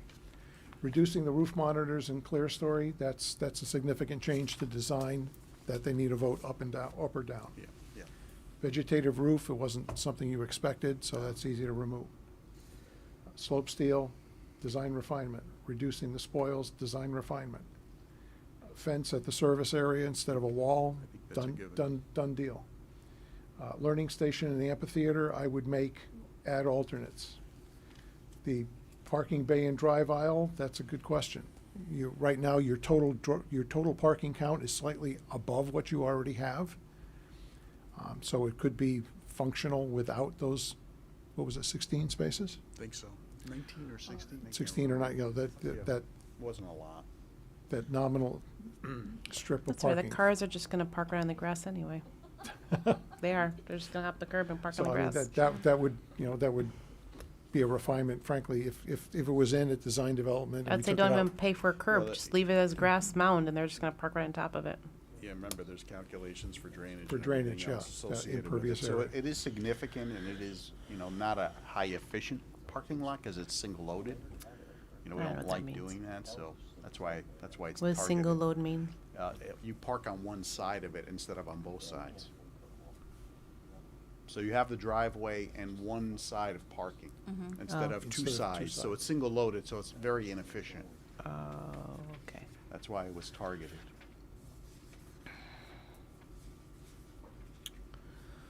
I had a thought that has escaped me. Ed spec, further ed spec changes. Do we want to open that up at all? Are there any areas people can think of at the top of their head where we want to go back and ask if it's really required? Like things that Can we, we. can we finish voting on, or? Oh, do we need to vote on anything here? We need, identify the things that we want to vote up or down tonight. I thought we weren't going to vote so- any of this stuff tonight. Well, they need decisions in order to finish Some of DD on some of them. So things such as the parking, because it affects the runoff and the drainage calculations. The roof monitors, Trellises. trellises, well, roof screens, we're not gonna know until we talk to zoning. Yeah. Can we just take these one at a time and just yay or nay them? Yeah. Why would roof monitors be something you have to decide now? Because you're Because of- popping a piece of yes, roof up structure. and wrapping windows around it, so it affects the structure. Yeah. Oh, that's for the light. Light, Oh. yeah. So how are you gonna get light in that area then if you don't have it? From- Switches. From the windows. Switches. It said switches. Let me rephrase. How do you get natural light No. in the area No, without? there's other ways of getting natural light, so it's not an issue. But those other ways, does it add a differential cost? No, these are cost savings. So as you saw the roof plan, Rosanna, not all of them are coming out, Okay. just a certain number of them. Yeah, it was a refinement. Was Right. it like a redundant area? Well, I'll give you an example. natural light? Yeah, Enhancements, for not example, in the music rooms, we had a large window facing east, plus we had the clear story. So we had sort of Yeah, we don't need that. about double. Hmm. That's what Mike and his design team have already taken So as out. long as it's just like non-functional, maybe that's the right way of saying it, right? Non-programmatic. Lights are not, I mean, natural light's not necessarily programmatic, is it? Yeah, There's still gonna be plenty of natural light. We- It's just reducing it by, it was like by a third. Right, Yeah. so this one here is still over the breakout space. This one here is still over the breakout space. It was extending past that down the corridor, so that was a refinement. Oops. What? So that was a refinement. There was the one at the Board of Ed, not required. It ended up being over space that would not have benefited from that. Yeah, that's So fine. in the original, just to clarify, so in the original design, it was just bringing natural light into the hallway or into the classrooms? So those red boxes it's there bringing would light have been into an the hallway. yeah, those red boxes would have been an elevated roof with windows around it, or windows. These would have brought yeah. it into the music rooms. Yeah, we don't need those. These would They're have brought good. it into the breakout Yeah, spaces. I get it now. Done. Yeah. We got you now. Okay. What are the yellow boxes? These yellow boxes were the reduction in the roof screens. The screens to Oh, put to around cover. mechanical HVAC. units. Yeah, but Yeah. we're saying there might be cheaper ways to hide it. Cheaper ways, and there might be a reduction in them just based on mechanical coordination, and then potential further reduction based on zoning requirements. Couldn't you just do a wall like that faces the front of the building as opposed to all like if you're in the middle, you're not gonna see it, right? Do you need it Yeah, all the way we around? might be able to do one sided. One-sided. One face of it, yeah. Depends on planning and zoning. Oh, does planning and zoning dictate that? Sometimes, yes. Okay. All right. Gotcha. We didn't vote, did we vote on the schematic design? I know we received kind of the very detailed, but No. we didn't vote to say, yes, we want this many trellises, so now we have to say, you know what, yes, reduce it. Do we need to vote on it, or do we just all need to come to agreement on it? Come to agreement. Okay. Doesn't need to be a formal vote. So I guess Okay. it's more of just a question of, is there anyone who's opposed Yeah. to Is any anyone of those items? opposed to any of those items? That's a good way. Of I'm putting it. opposed to ballasted roof screens. So I think it's just a matter of looking at different options. Yes. I want to make sure that the record is clear that the remove amphitheater, remove outdoor learning center would be changed from adding them as alternates and not just a complete removal. Yeah, now to make them to add alternates, then the kind of work stops or further design work stops on it? No. No, design continues, but on bid day, they give us a Yes, I price know, for you're just saying everything and from- then a yeah. side So- price for Okay. that. So Alright. should we go? Let's go down this list then and see which ones we want to agree today, which ones we need more information on, which ones we oppose. So, Or which ones you want to, Yeah. scratch off. so concrete sidewalks in lieu of pavers. Personally, I don't like pavers because it's a heck of a way of maintaining them. I was gonna say Right- North Haven right, John? regretted that decision. Yeah. So I'm all for pavers. concrete sidewalks. Accept. Okay, accept. Okay. Good. Removing bleachers, goals, and benches. I kind of agree with Ken. I think we need to do a little more research on that. I think we could probably reuse the goals. There's nothing wrong with the goals. Benches, we can reuse the benches. There's nothing wrong with our benches today. The bleachers, though, There are bleachers there. there are. Yes. We don't need no ones. No. Okay, then what are you worried? Just say TBD, but that's an easy one to take out Yeah, later. I'd take it out. Let's Yeah, take that I out. think we just let's just make sure we get confirmation from the administration that those all exist, like Well, they exist. We used. that I they all mean, exist, and we used them this summer.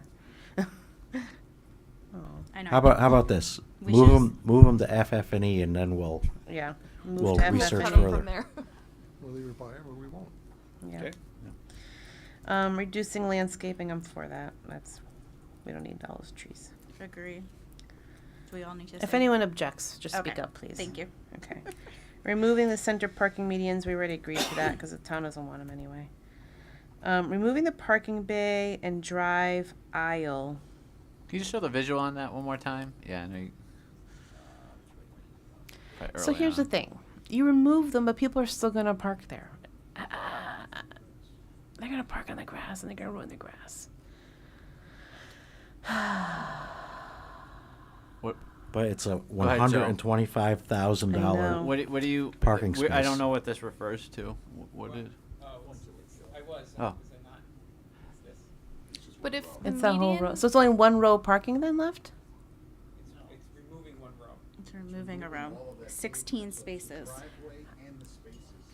you have 1, 2, 3, 4, 5 rows of parking now. You would go down to 4. in this Oh, that driveway. backside. Oh. Oh, yeah. Yeah, that's fine. That's fine. Good spot for picnic tables. Oh, yeah. So you're just saying leave grass instead of pavement. Would it make more sense to take them out closer to the building? And no, okay, all right. I'm just thinking like from a safety perspective, expanding that area where the kids are then dropped off to like I don't know, have more visibility, yada yada. I don't know. Oh, so you're saying to take that whole loop and slide it? Yeah, slide it down so that you have more space for parents. Oh, okay. Oh, That's that's what what I'm saying. The whole thing, slide down the whole thing. Maybe that makes your softball. We'll take a look at that Yeah, because maybe the whole thing and it would slides resolve south. your issue with the softball Yeah. field. But I think the position of the building north-south is a function of the existing building and the Board of Ed relationship. So there is only so much we can slide the building down before we impact the maybe- existing. So But we'll take a look maybe- at that. Maybe, so I think we're okay with removing parking Yeah. spots, but I think you need to look at if we can push that down a little bit Okay. more. Yeah, sliding the building, we're pinned in here by this property line with the Boy Scout, and then we're pinned in a little bit here with the existing building, so. What if you rotate and drop a little? You don't need sleep this week, Joe. Yeah, so you said about 20 or so spaces. Okay. Anyone objecting to that? Okay, good. Removing the amphitheater, any objections to that? Oh, that's an add-on. We're Add-on, using that as an add add-on. alternate. Add alternate. Bid alternate. Same Bid with the learning station. alternate for that. Bid alternate for the 19,000's like not even. I would just leave it for 19. I know it's not. Feel the same. Then That's just do just- that. that's a drop Then in the let's just- bucket. Let's just do that. Is it? What exactly does Yeah, I that was gonna say, entail? what is that? Like, is it just a pad with tables or something? If I was able to zoom in, it's basically a widening of the path, so it's a gravel path, and then there's some boulders, seat boulders. Oh, that- it's like a walking path. Yeah.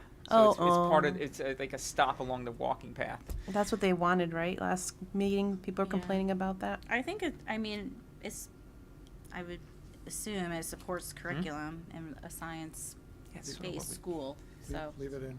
Yeah, it's not a big enough number. It doesn't- Okay, I so would just keep leave it. it? All right, leave it. Leave it in. All right. Great. So that one, so that one's rejected as a value Rejected. management. Reject, yeah. Check. Yeah, rejected.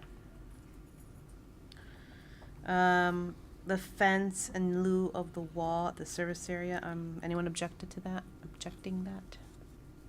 For $500,000. And that'd be like a white fake panel wall type of thing, right? Wait, it's not It's not PVC Home Depot fence, is it? Yeah. Okay. Okay. It's like what I have in my house. I was in Home Depot. It's pretty. She went to Lowe's, it's better. Yeah, I went to those. I went to a real fencing company, actually. All right, so anyone objecting to that? That's a big chunk. I think we're good. All right, reducing spoils? Accepted, right? The slope steel roof, I think we all said is fine. The vegetation roof, I think we're already fine. gone. If you're not fine, please speak up. I don't, Has asked vegetated. What? that was like the science thing on the roof. The green roof. The green Green roof. roof. Didn't know it was ever really gonna be there, so Yeah, won't miss that was it. a nice to have. We're not doing that. Reducing roof monitors and clear story. Yep. We're good there. Reducing the roof screens. I would say TBD? that's TBD. kind of TBD. We need to know what the planning and zoning. Huh? Where possible, but I would say TBD based on planning and zoning. Right? Mm-hmm. The trellis.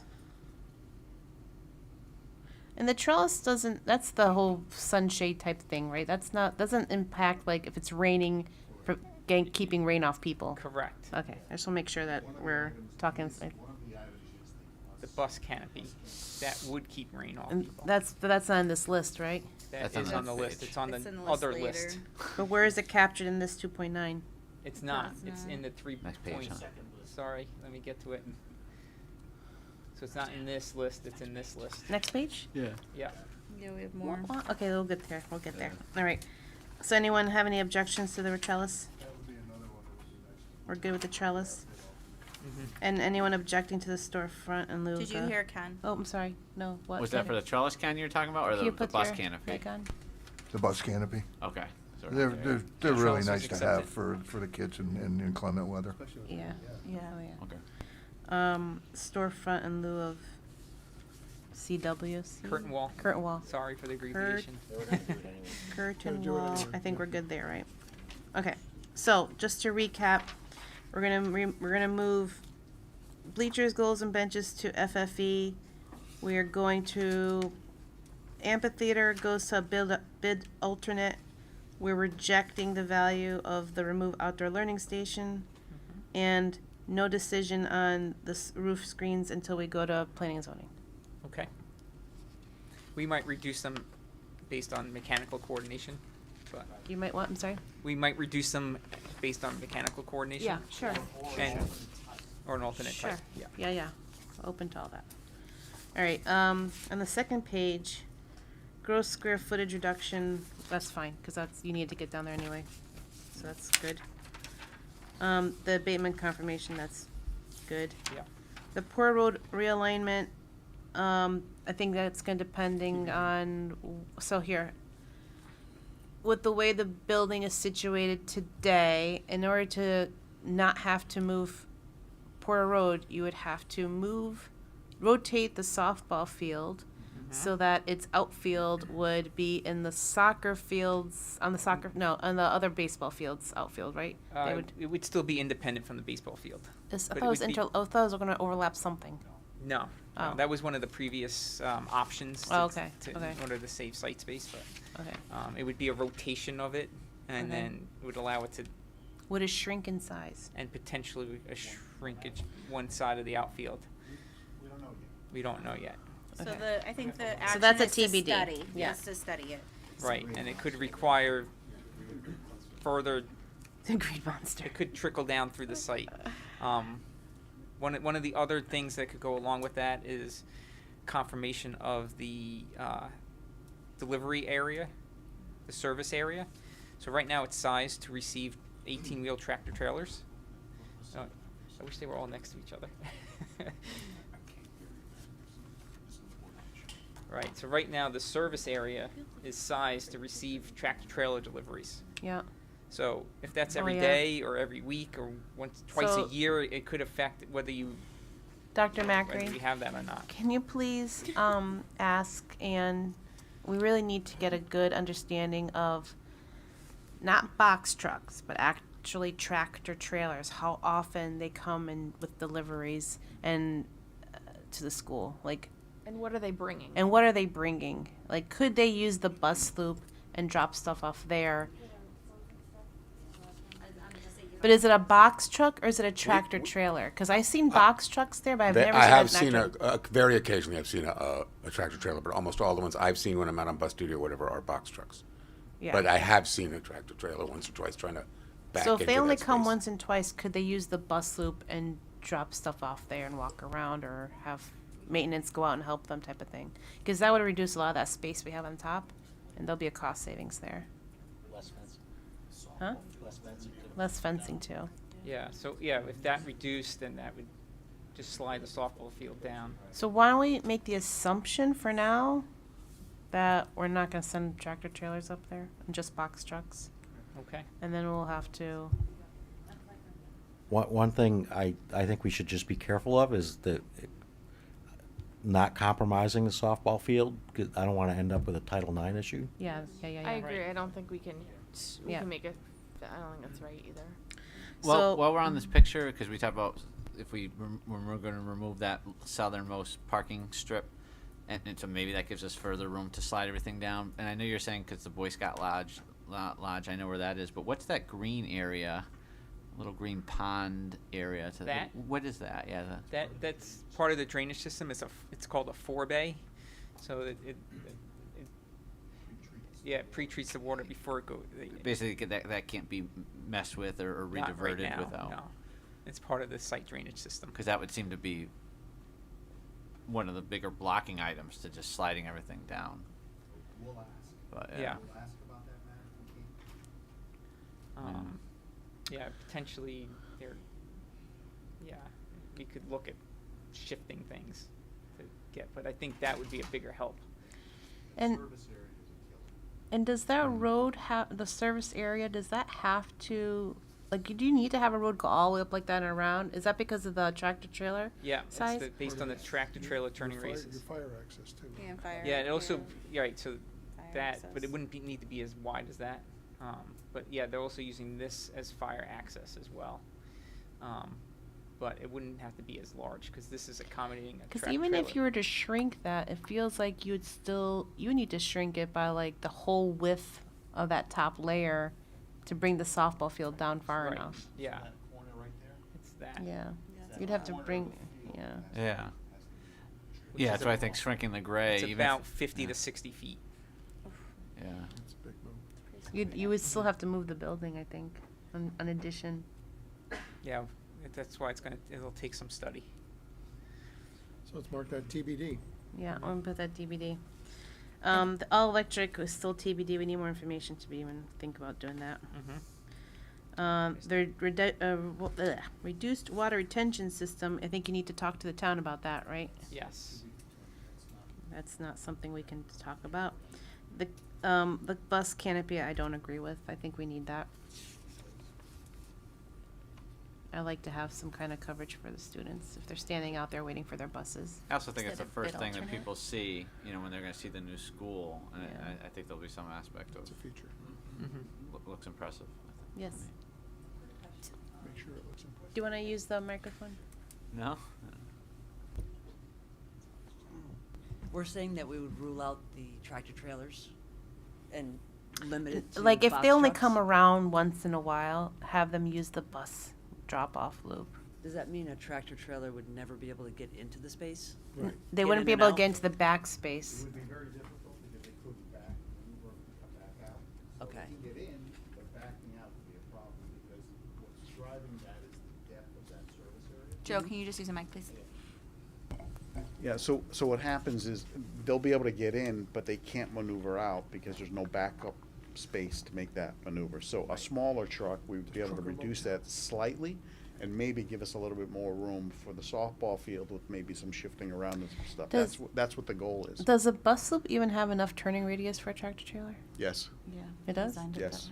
that way. Okay. I remember. But the Asked that canopy question. would make it so they couldn't go through, or?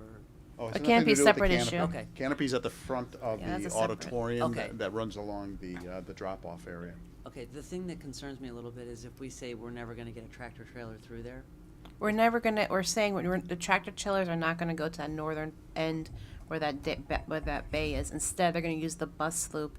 So as they unload from that tractor trailer, they're gonna have to go through the school as opposed to the loading dock in the back. Okay.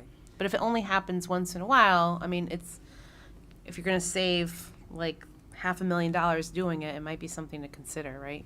Right. Yeah, right now, they would come to the back. There would be a double door into this service. There's no loading dock. Right. Oh. It would be, it's just a service access, and they would go through a double door directly into the service space. Dock lift. So they would have farther to Not- go not in the yet. school if they had to do it, that's all. I think we gotta have something. Is it, We there's, can't just assume. Right. So Joe's confirming, right now, we don't have a dock lift. We don't have a loading dock, we don't have a dock lift. That would mandate any truck has to have a lift gate on it.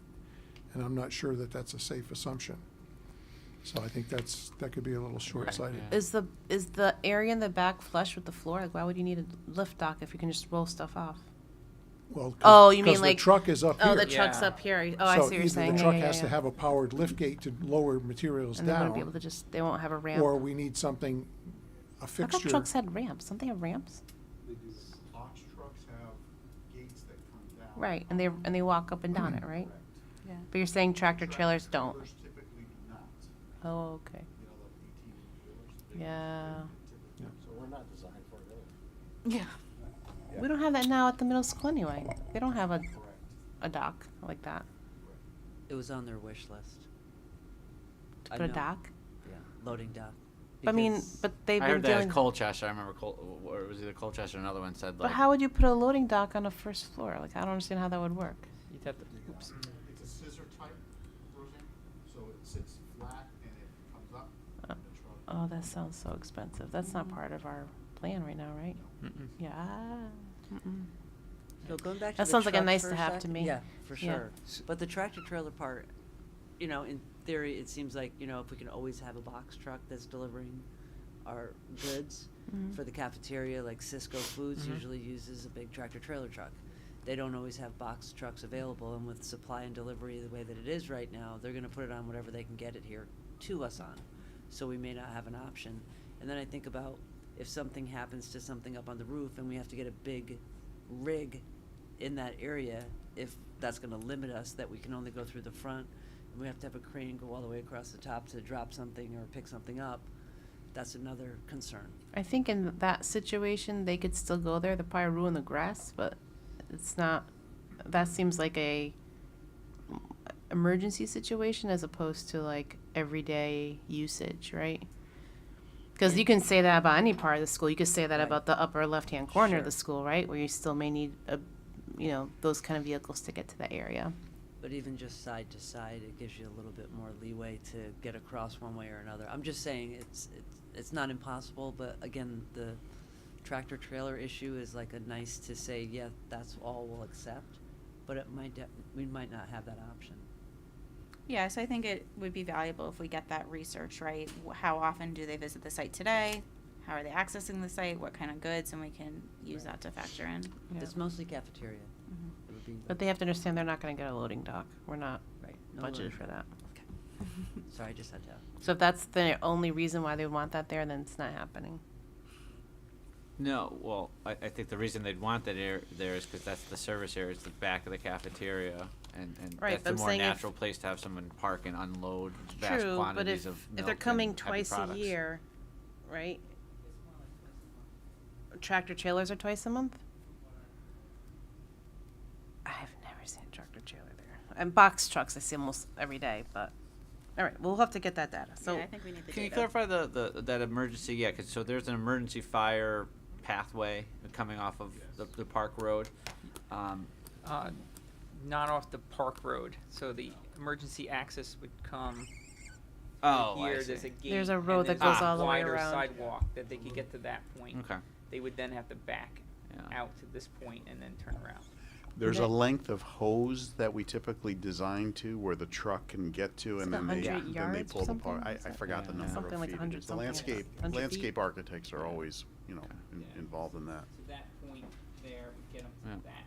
And there's one in the front also. all right. And then, so canopy, we're saying no. And what do we decide on the canopy? Yes. I mean, My preference no, like, was we reject the value management. Right. We're leaving it in Keep it, place. yes. Keeping it, so we're rejecting it.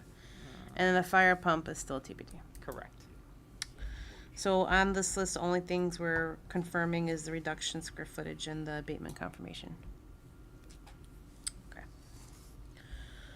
Anything else on budget? So I think when we present to town council next week, we should just make sure we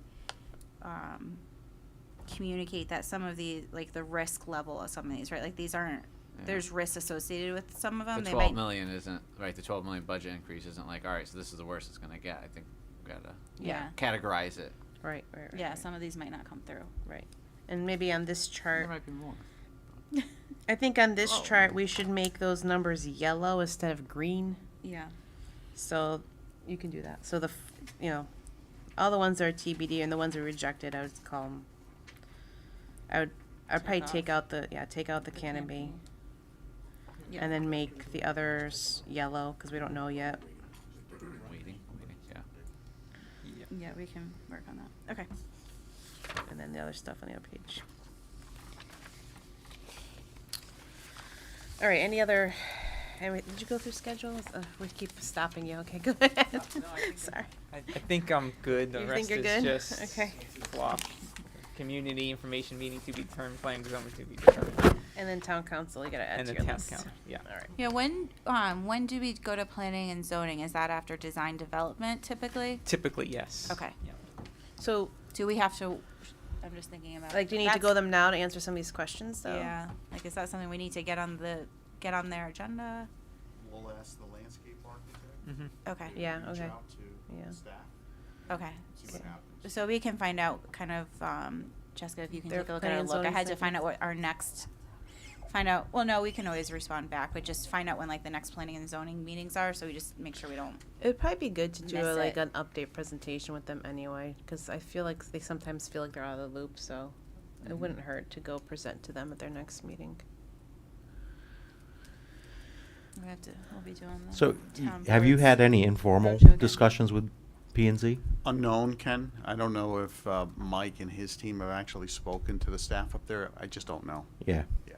They usually do that right away. Yeah, no, they did have an initial conversation with yeah. them. We had that meeting like where it was like Tony and Stu Popper, Yeah, and yeah. we Yeah. were talking about like kind of moving the road. That was very very early on Yeah. about where they can enter. So. Yeah, I know Mike has talked Yeah. started a couple times. Yeah. Also, Rock is also very astute with the drainage and the requirements locally, so. And If- then Alice Kelly too, she's the chair of the planning and zoning. If Stuart attends the meeting for the traffic, you might want to just chat with him, see what he needs to see, and while you got his attention. The next planning and zoning is on Tuesday at 7. And Is then that when there's Board of Ed another is? Yeah. same time as Board of Ed. And then there's also another planning and zoning meeting on the 21st. They're both regular meetings. Mm-hmm.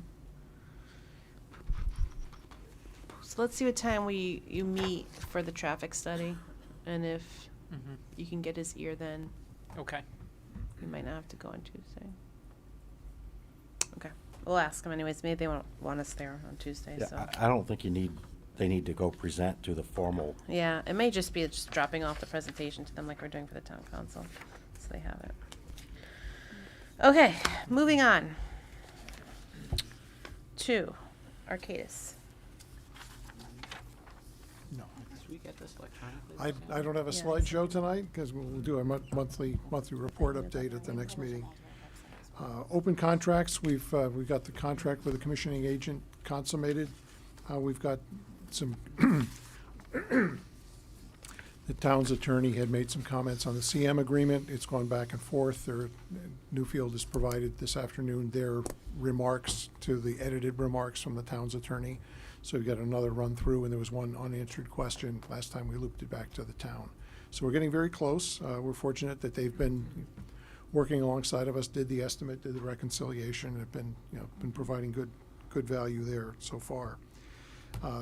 Item B, financial status, including budgets for CA and CM. I mean, that's kind of a leftover item from the last agenda. There really is no variation. We've already made budget adjustments for the actual contract values. Monthly, we'll be doing a budget update based on expenditures to date. After we process invoices for the month, then those things will get tracked in, and Emily will be updating that. The other item for tonight is review of invoices, and I didn't have it as a slide, so I believe you've all gotten it as part of your package. So these invoices have been reviewed for reasonableness before we included them in your package, so we request your approval. I don't see them. Did not get them. Were they emailed to us? Yeah, They I should have emailed been them part of to the everyone. package, yeah. Yeah, Lisa emailed them, so if you want to open up your emails.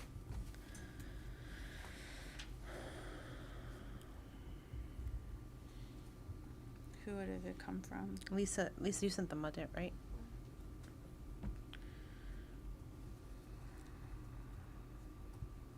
I don't see it in the agenda email.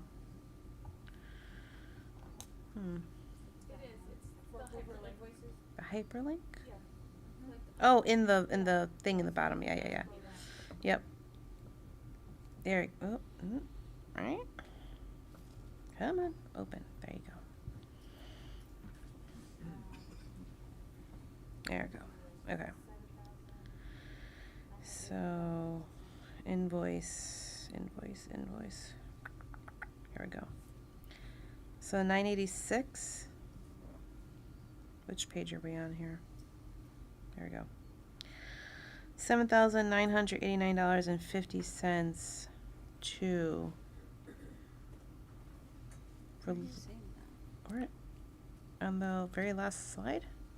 We're looking at the very last slide, right? So could you just read them off so people aren't squinting at their phones?